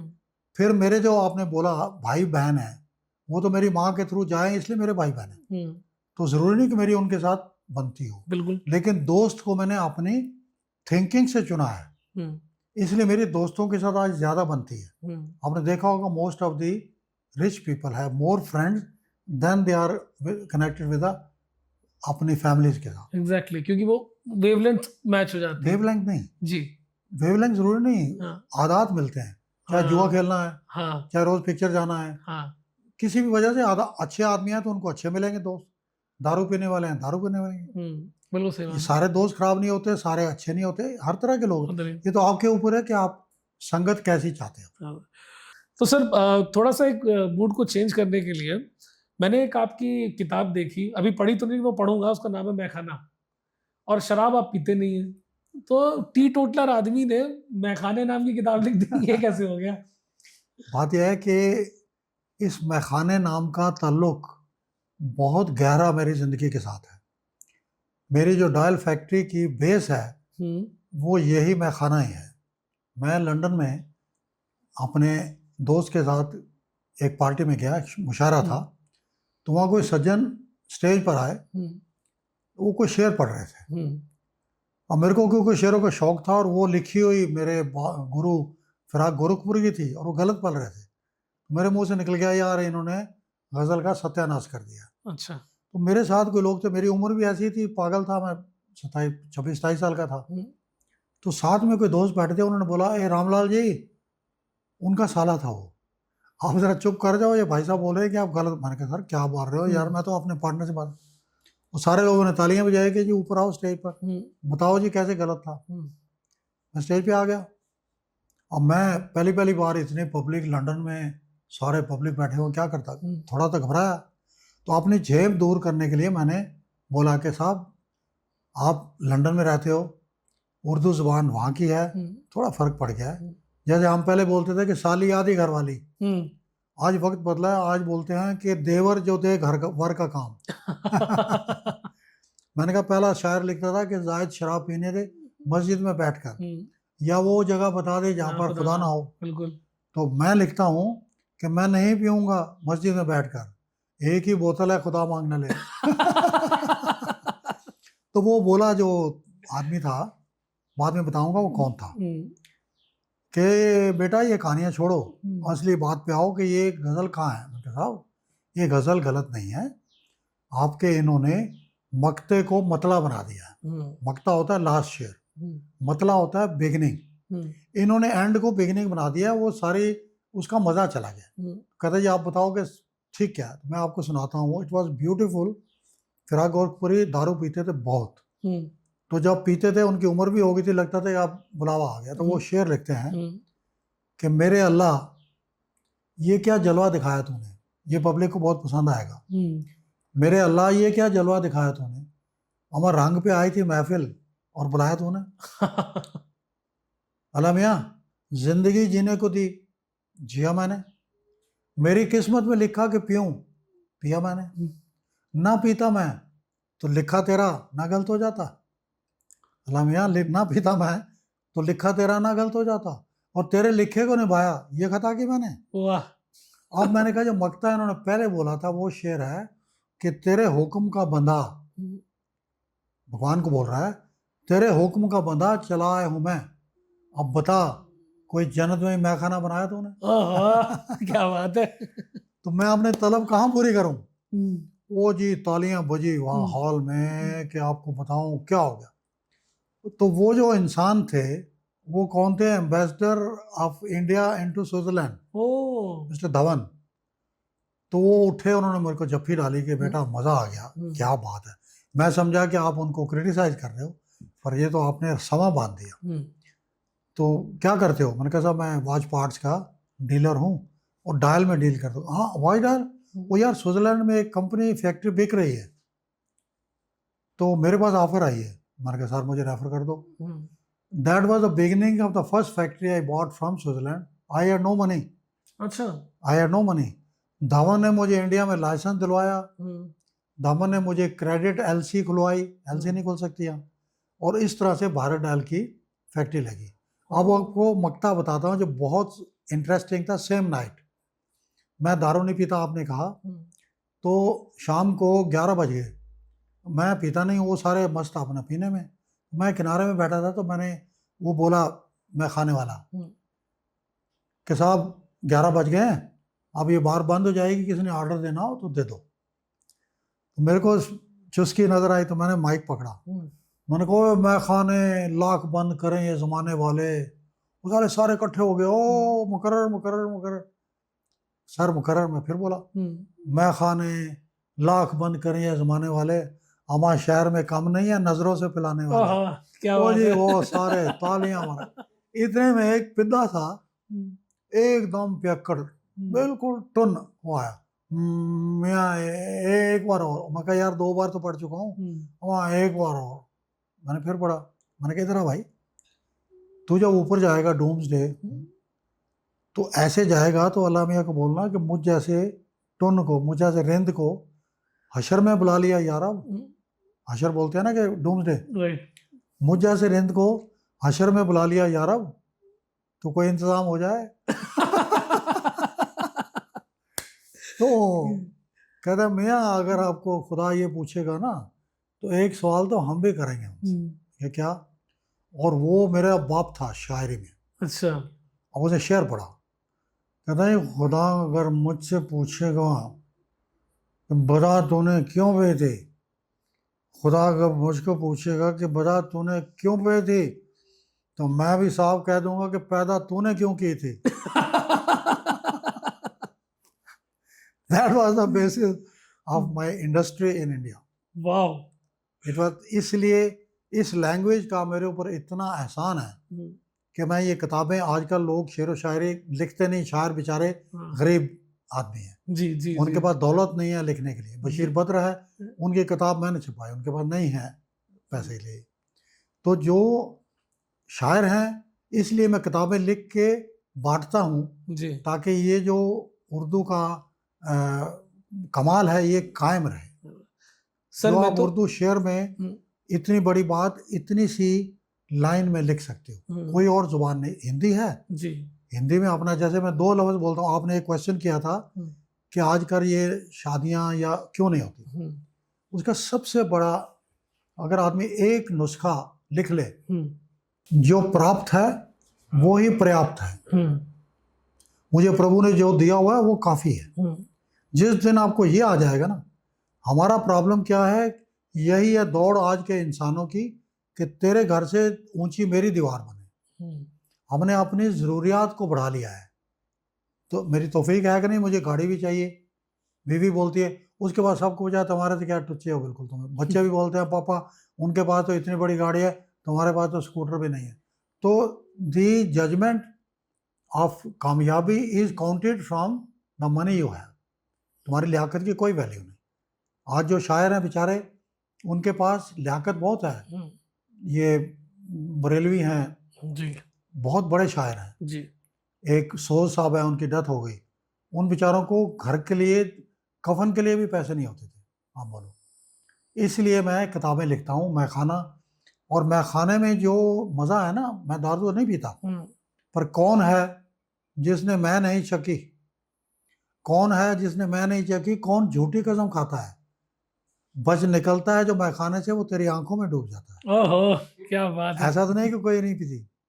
और मैं लिखता हूँ कि दुख्तरे राज, अंगूर की बेटी, अंगूर की बेटी ने दुनिया को नचा रखा है, अच्छा हुआ कि अंगूर के बेटा ना हुआ।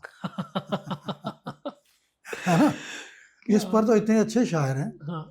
मेरी वाइफ थी, बहुत सुंदर थी, तो मैं उसको लिखता था कि उसकी आंख नींद में जब गुलाबी हो जाए, उसको नींद आई होती थी तो आंख ना गुलाबी हो जाती, नशे में उनकी आंख जब, नींद में जब उनकी आंख गुलाबी हो जाए तो सानी भी उसे देखे तो शराबी हो जाए। क्या बात है। अपने जमाने में सर आप अच्छे फ्लर्ट रहे होंगे। हो नहीं, मैंने कभी, तो आपको बोला फ्लर्टिंग की ना, नहीं लेकिन। नहीं फ्लर्टिंग तो बहुत की, नजदीक नहीं गया। हाँ वो लेकिन फ्लर्टिंग तो चलती चुस्कोरा है सर। जबरदस्त, हाँ। चुस्कोरा। मेरी बीवी बोला करती थी कि अगर अशोक जी प्रेगनेंसी बातों से होती है ना तो आधी दुनिया प्रेग्नेंट घूमती होती। क्या मैं बात। जोक भी ऐसे सुनाता था। एक नॉन वेज भी है और वेज भी है। कोई आदमी रहता था अमेरिका में ना, एक वो है टेक्सास, तो वहाँ जो नेबर है ना वो 100 किलोमीटर दूर है। तो एक कर्नल साहब गए, रात को प्लेन खराब हो गया, तो उन्होंने खटखटाया, तो एक बड़ी खूबसूरत लड़की निकली। तो कर्नल साहब कहने लगे कि मैडम मेरा प्लेन खराब हो गया है, तो कहना है स्पेंड द नाइट हियर। वही कर्नल साहब मेरे पास एक ही बेड है, आप शेयर कर लो। और आप तो कर्नल साहब की तबीयत तो बहुत होती रही पर हिम्मत नहीं पड़ी। सुबह उठे तो देखते हैं बाहर ना 30 मुर्गियाँ 30 मुर्गे वो दाना चौग रहे। तो कहता मैडम ये 30 मुर्गियों के लिए तो एक ही मुर्गा काफ़ी था, तो आपने 30 मुर्गे क्यों रखे हो? कहते कर्नल साहब मुर्गा तो एक ही है। तो बाकी कहता बाकी कर्नल है। देखिए आज जिस व्यक्ति के साथ हम बैठे हैं, सर के साथ, अशोक सर के साथ, इतने इंटरेस्टिंग और इतने जबरदस्त इंसान हैं और साथ ही साथ सक्सेसफुल और दयावान। बहुत सारी चीजें और बोली जा सकती हैं, लेकिन सर इस पॉडकास्ट में सारे एंगल्स कवर कर पाना आपकी शख्सियत के पॉसिबल नहीं है। लेकिन मैं अपने जो भी दर्शक हैं उनसे बस एक दो चीज़ें रिक्वेस्ट करना चाहूँगा कि ये पॉडकास्ट में हम चाहते हैं कि आप बहुत कुछ सीखें, लेकिन अगर एक दो चीज़ आप लेके जाएं इन दी एंड, तो वो पहली चीज़, सर ने जो बोला कि सब कुछ ऊपर से आ रहा है, सब कुछ भगवान दे रहा है, ये लेकिन भी वहीं से आ रहा है। ये भी वहीं से आ रहा है। जी सर, बिल्कुल। तो लेकिन उसके साथ साथ उस पे ये इस बात पे विश्वास कर पाना मुश्किल है, लेकिन उसके जीते जागते आपके सामने उदाहरण बैठे हुए हैं कि इन्होंने कहाँ से शुरुआत किया था और इस चीज को मानते हुए आज वो कहाँ तक पहुंच गए। ऐसा होता है कि सर, ये विश्वास जो है ये एक दिन में नहीं आता। जी। आप, बच्चा होता है, उसको आप हवा में फेंकते हो तो वो हंसता है, उसको रोना चाहिए कि कोई सहारा नहीं, हवा में है। तो वो हंसता क्यों है? कि उसको विश्वास है कि आप उसे पकड़ लेंगे। इसका कोई बेस नहीं है। प्रभु के ऊपर जो विश्वास है वो आपके खानदान से आएगा। माँ बाप मंदिर होके आते हैं, आएंगे बोलो पाँव छुओ, जी। ये बहन है इसके आज पाँव धो, आज वो है, तो आपके अंदर संस्कार बचपन से जागेंगे। हमारे मुस्लिम भाई इस हिसाब से बेटर हैं, जुनूनी हैं या किस तरह के भी हैं, 2 साल से उनको पता लगता है भाई अल्लाह है, माथा टेकना है, नमाज करनी है, यूं करना है। तो हमारे लोगों ने, चाहे मैं हूँ, हमने छोड़ दिया है बच्चों को। या अब बचपन से मैं शुरू आता था तो मेरा पोता मेरे पास आता था, पापा जी वो लंगड़े भूत की कहानी सुनाओ, तो रोज आता था, रोज वही कहानी सुनता था। और अगर कामा भी चेंज कर दो, नहीं पापा जी वहाँ ऐसे नहीं ऐसे था। तो एक लगाव था दादे पोते के। धीरे धीरे वो मिस्टर बीन्स आ गए, है ना। तो जो आंखों से लगाव है, जो संस्कार होते थे थ्रू टीचिंग्स, हम महाभारत की कहानी सुनाते थे, रामायण की कहानी सुनाते थे, तो लोगों के अंदर विश्वास पैदा होता है। तो आज विश्वास कहाँ से आएगा? आप शुरू से उठते ही तो ये उठा लेते हो, इस पे गंद भी नजर आएगा, सेक्स भी नजर आएगा। बिल्कुल। हमारे वक्तों में थोड़ा सा किसी का बदन यूं नजर आ जाए ना तो सारा दिन बड़ा अच्छा गुजरता था कि वो सही बात है। ऐसे लोग अच्छे कपड़े पहनते थे। हमारे यहाँ बोला करते थे, एक लड़की ने अपने पट दिखा के 5 साल किसी से खेत चलवाया था। वक्त जो है चेंज, आज ये सब कुछ नंगापन है। हाँ, जो कपड़े पहनने में आपको ब्यूटी नजर आती है और नंगापन में नजर नहीं आती सही बात है ना। वक्त जो बदला है, है। विश्वास जो बदले हैं, वो विश्वास जो प्रभु में था पहले, वो सारे इन दोस्तों यारों कंजर खानों में हो गए। आप जो बोल रहे हो, विश्वास का कोई परिभाषा नहीं है, ये आपके मन की भाषा है। लेकिन आज भी देख लेना, वहां तेरा कर्म, तेरा भरोसा काम आता है जहां मजबूर होकर आदमी से कुछ नहीं होता। बिल्कुल सही कह रहे हैं सर। जिस वक्त सब जगह हार जाएगा, आप बीमार पड़ा है, ऊपर जाने की नौबत तक आ जाएगी, इलाज नहीं हो सका, तब बोलेगा कि भगवान बचा ले। तो पहले भगवान कहाँ था? रहता है इबादत में भी हमें मौत का खटका, रहता है इबादत में भी हमें मौत का खटका। हम याद खुदा करते हैं कि कर लेना खुदा याद।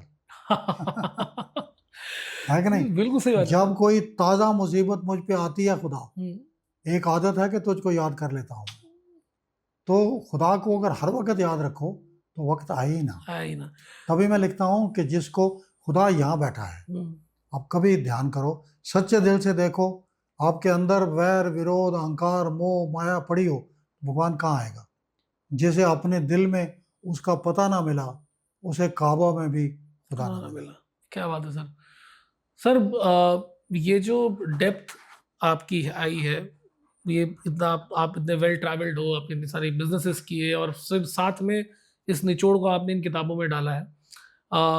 मैं दूसरी बात जो आप सबसे शेयर करना चाहूँगा कि हम किताब जो है उसके अमेज़ॉन पे अवेलेबल है और हर जगह है, इसलिए नहीं कि ये कोई बुक का प्रमोशन है, या इसलिए नहीं कि सर वो एक कॉपी आप खरीदेंगे तो कुछ इकोनॉमिकली फ़ायदा होगा, इसलिए बिल्कुल नहीं। क्योंकि किताब अगर आप होते तो सर किताबें फ्री में भी बांट देते आपको, हमें दी मैं है। तो किताब बेच ही नहीं रहा। हाँ, तो किताब नहीं, लेकिन आपको जेन्युइनली पढ़नी चाहिए, क्योंकि उससे बहुत कुछ सीखने को मिलेगा। और कुछ नहीं तो चुटकुले वाली किताब तो ज़रूर पढ़नी चाहिए। उसमें एक जैसे सर मुझे अभी याद आ रहा है, मैं पढ़ रहा था कि अंग्रेजी कितने भी सीख लो, जब कुत्ता पीछे पड़ता है तो इंसान हट ही बोलता है। तो आपकी किताब से लिया मैंने। तो सिंपल, वेरी सटल, उसमें कोई वल्गैरिटी नहीं है। 2-3 किताबें जो हैं हर एक इंसान को पढ़नी चाहिए। जी। एक बुक है why, why, it is available on Amazon पे भी है, फ्लिपकार्ट पे भी है। वाई इज ए बुक कि हम क्यों करते हैं, भगवान को फूल क्यों चढ़ाते हैं, भगवान है तो हमें दिखाई क्यों नहीं देता, हमारा जन्म बार बार क्यों होता है, एक गरीब के घर एक राजा के घर पैदा क्यों होता है, एक ही जगह पर 4 भाई पैदा होते हैं, एक ही मकान में, एक ही अस्पताल में, एक ही जगह 4 आदमी पैदा हुए उसी टाइम, एक सेकंड, फिर भी तकदीर अलग अलग क्यों होती है? कुंडली एक ही, ये सारे उसमें है जो जी, ये सर मेरे दिमाग में आता था हमेशा कि अगर एक ही समय जब किसी की कुंडली बनती है तो लोग क्या बोलते हैं, आप अपना date of birth, place of birth और टाइम ऑफ बर्थ बता दो। नहीं, लैंगिट्यूड लॉटिट्यूड वो मानते हैं। मैं तो कह रहा हूँ कि सब कुछ एक है, सब कुछ एक छत है। वो किताब पढ़ो ना, मैं ज़बानी बुलाऊं तो बहुत लंबा हो जाएगा। नहीं, जी बिल्कुल। 3 books are very important. Why, एक असली पापी कौन, अच्छा। इसके अंदर शॉर्ट स्टोरीज हैं जो आपको, जैसे विश्वास बताया, ये स्टोरीज हैं जो बच्चों के, जो आप बोल रहे हो ना कि लोगों को विश्वास क्यों नहीं होता, let them read that book. Hindi में असल पापी कौन है, वही किताब इंग्लिश में है कि पति डज नॉट हैव ए बीवी, पति शुड हैव ए पत्नी। अगर आप बोलते हो जी ये मेरी बीवी है, तो साथ में डाइवोर्स भी आएगा, दिमाग में तलाक आएगा। शी इज माई वाइफ, तो डाइवोर्स आएगा। लेकिन पति कहता है ये मेरी पत्नी है, तो बता दो कोई वर्ड बनाओ, कोई वर्ड ही नहीं बना डाइवोर्स के लिए। इसलिए पति डज नॉट हैव ए बीवी, ही हैज ए पत्नी। ये वो असली पापी कौन का इंग्लिश वर्जन है। ये 3-4 किताबें बहुत, जोक तो है ही है, जोक्स तो है ना, कुछ पल हंसी के संग, बिल्कुल बड़े सिंपल जोक्स हैं, but they are extremely good. Yes, एक बस स्टैंड पे खड़ा था आदमी, तो किसी पूछता है कि हाँ भाई साहब, हाँ ये, हाँ बस, हाँ कितने जानी? वो बड़ी उल्टी तरह देखा, बोला नहीं। फिर बेचारा तोतला फिर बोला, भाई साहब हाँ बस, हाँ कहाँ जाएगी? साथ वाले ने बोला जा भाई गुड़गांव जाएगी। उसको बोला साले तेरे को 3 बार उसने पूछा तो जवाब नहीं दे सकता? कहना तो मैंने कोई मार खानी वो भी तोतला, कहता वो समझेगा साले मेरी नकल कर रहा है। कहता तुम मैंने कोई मार उसमें तो सिंपल थिंग, लेकिन सिंपल थिंग। Brings happiness. हाँ बट यू नो है, एक पेड़ के ऊपर तोता तोती बैठा है। ये किताब देखना, प्रेसिडेंट हमारे थे वेंकट रमनी, उनको जोक सुनाया तो उनके सारे दांत बाहर गिर गए ऐसे। एक तोता तोती बैठे हैं, तो नीचे बूढ़ा बूढ़ी, मैंने वेंकट रमनी को सुना रहा था कि आप जैसा बूढ़ा बूढ़ी आके बैठ गए, तो वो बूढ़ी बोलती है कि देख ऊपर, साले तू सारा दिन मेरे साथ लड़ता है, वो तोता कितने प्यार से तोती को चोगा खिला रहा है। कहता है चुप हरामजादी, उसकी तीसरी तोती है। तो कहता है इतने में बुढ़ी को क्या हुआ, यहाँ उसके दांत गिरे, बुढ़ी ने कपड़े उतारे, डांस करने लगे। तो बूढ़ा कहता हो तेरा सत्यानाश, ये पब्लिकली क्या कर रही है। उसका मैं अपने बर्थडे सूट में डांस कर रही हूँ। उसका बर्थडे सूट तो ठीक है पर प्रेस तो कर ले, वटो वटो है कोई। उर्दू के इतने अच्छे जोक्स हैं। लेडीज बैठी होती है ना तो आदमियों की बड़ी मजाक करती हैं।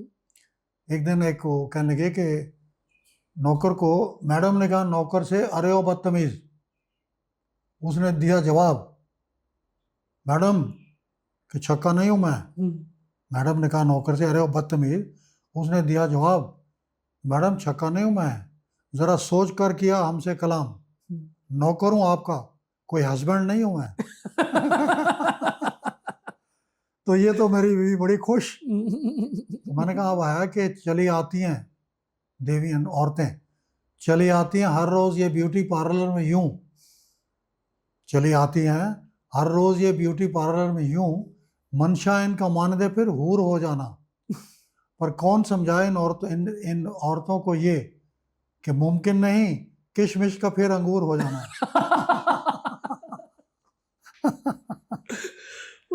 तो बेटा अंत में आपको फिर दुआ देता हूं कि फकीराना आए हैं सदा कर चले, फकीराना आए हैं सदा कर चले, खुश रहो मेरे प्यारो, हम दुआ कर चले। क्या बात है sir, thank you so much, thank you so much for your time. मन तो करता है आपसे और बात करते रहे, लेकिन आपके समय को हम अब और नहीं लेंगे। एंड सारे दर्शकों से ये गुजारिश है कि जिस मुद्दे के लिए ये पॉडकास्ट हो रहा है कि आप सब हमारे साथ जुड़ो। मेरी अपील है पब्लिक को, आपके अंदर जो भी टैलेंट है, आपके अंदर जो भी हुनर है, उसको डिस्प्ले करो। आप, मैं उस दिन देखा एक म्यूजिक का टीचर है, मैं ढूंढ रहा हूँ, मुझे एड्रेस नहीं मिल रहा, मैं आपको सुनाता हूँ उसका वायलिन। उफ क्या आवाज थी उसमें, बेचारा बहुत गरीब था, सिलोनी था। मैंने कहीं देखा था, मैं ढूंढ रहा हूँ, मिल जाएगा। कोई भी टैलेंट आपके अंदर है जो आप चाहते हो, जैसे डॉक्टर साहब ने, कोई धर साहब ने कोई पेंटर बुलाया था, उसने कहा मैं बच्चों को पेंटिंग सिखाऊंगा। कोई म्यूजिक जानता हो, कुछ अपने टाइम में से निकाल के कुछ इन गरीबों के लिए टाइम निकालिए। मेरी अपील है आप सबसे कि आपके अंदर कोई भी टैलेंट हो, whether it is music, whether it is social service, whether it is धर्म कर्म का कोई हो, whether it is lecture about Ramayan Mahabharat, बच्चों को ज्ञान देने का, हमारी संस्था में आइए। किसी न किसी टाइम से हॉल हम आपको देंगे, खाना पीना हम आपको देंगे। आप वहाँ के बच्चों को, लोगों को, पब्लिक को कोई ना कोई जो आपके अंदर गुण हैं वो उनको बताइए, बहुत मेहरबानी होगी। और आप देखना कि जितनी मदद आप हमारी संस्था की करेंगे, उससे 100 गुनी मदद भगवान आपकी करेगा। एक आदमी था, उस सेठ ने बोला कि शाम को जो भी गरीब आदमी आएगा लाइन में लगेगा, मैं उसको भर के दूंगा जो मांगता है। एक बेचारा आया, उसका 5 बजे का टाइम होता था, 5 बजे बंद, तो वो लास्ट बारी उसकी आई तो 5 बज गए थे, बंद हो गया, वो खड़ा रह गया, उसको कुछ नहीं मिला। अगले दिन वो आया, उसने कहा मैं जल्दी जाता हूँ तो सबसे पहले आऊँगा। पीछे वाला देखा लंगड़ा है, तो उसने कहा भैया मेरे से खड़ा नहीं होता जा रहा। करते करते फिर 5 बज गए, उसकी फिर बारी नहीं आई।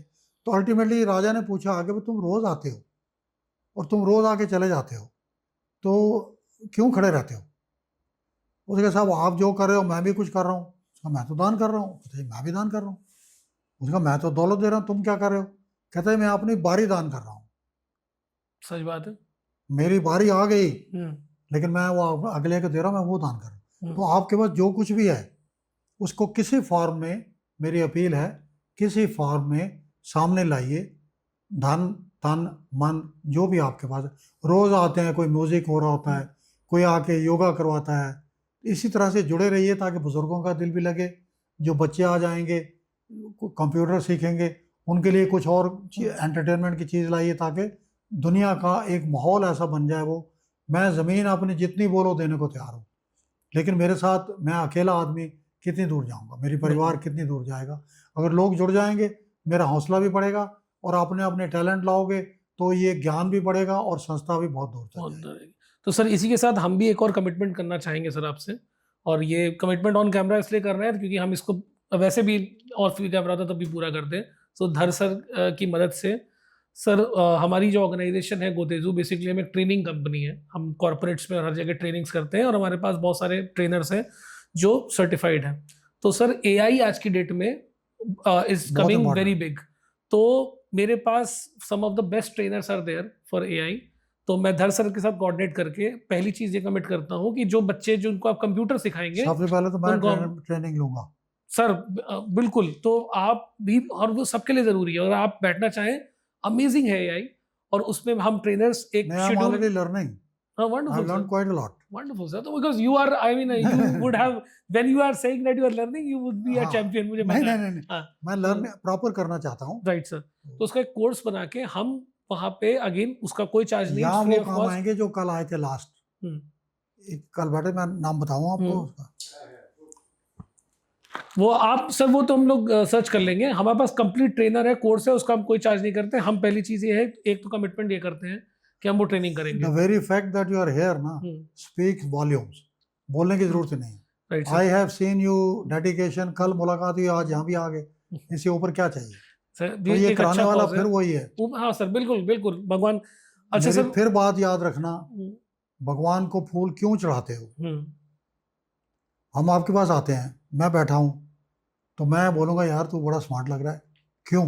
कि तू ये नहीं बूढ़े साले, तू 87 में तू तो लगता ही नहीं, सबसे जवान लगता है। ये भावना है ना। तो हम भगवान को फूल देते हैं कि प्रभु मैं तेरे चरणों में एक चीज़ डाल रहा हूँ जिसमें क्या खूबी है।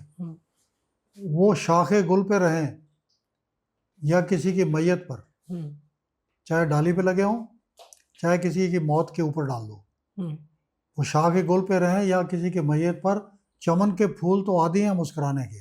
क्या बात है ना।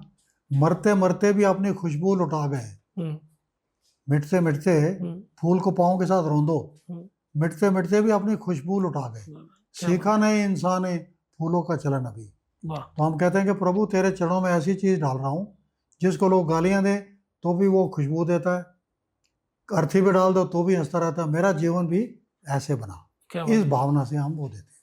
और सर एक चीज़ और हम करना चाहेंगे वहाँ, अंशुल, ये आपके लिए, जैसे ब्रांडिंग हंक्स के लिए, आपके लिए, कि हम इस पर सपोर्ट करेंगे, कोई ऐसी वो नहीं है, कि अगर बच्चों को हम वहाँ पे कंटेंट क्रिएशन, है ना, कंटेंट क्रिएशन सिखा सके, कि जैसे जो अच्छे काम हो रहे हैं फाउंडेशन में ही अपने या अपने, वो उसकी रील बनाए, उसको बेसिक एडिटिंग हम सिखा दें, और वो सोशल मीडिया पे, क्योंकि वो बच्चे, मान लीजिए 100 बच्चे हैं, 100 बच्चे अगर सर वो काम को डालेंगे तो वो 100 से 1000 रील पड़ेंगे। क्या बात है। और उससे मैसेज और पहुंचेगा। Beautiful idea. Right sir. तो ये हम कर सकते हैं, और उसमें क्या, आप उन बच्चों को यूज भी कर सकते हैं जो उसमें अच्छे बच्चे हो, वो आपकी कंपनी ग्रो हो रही है, आप उसको as editor, as intern use कर सकते हो।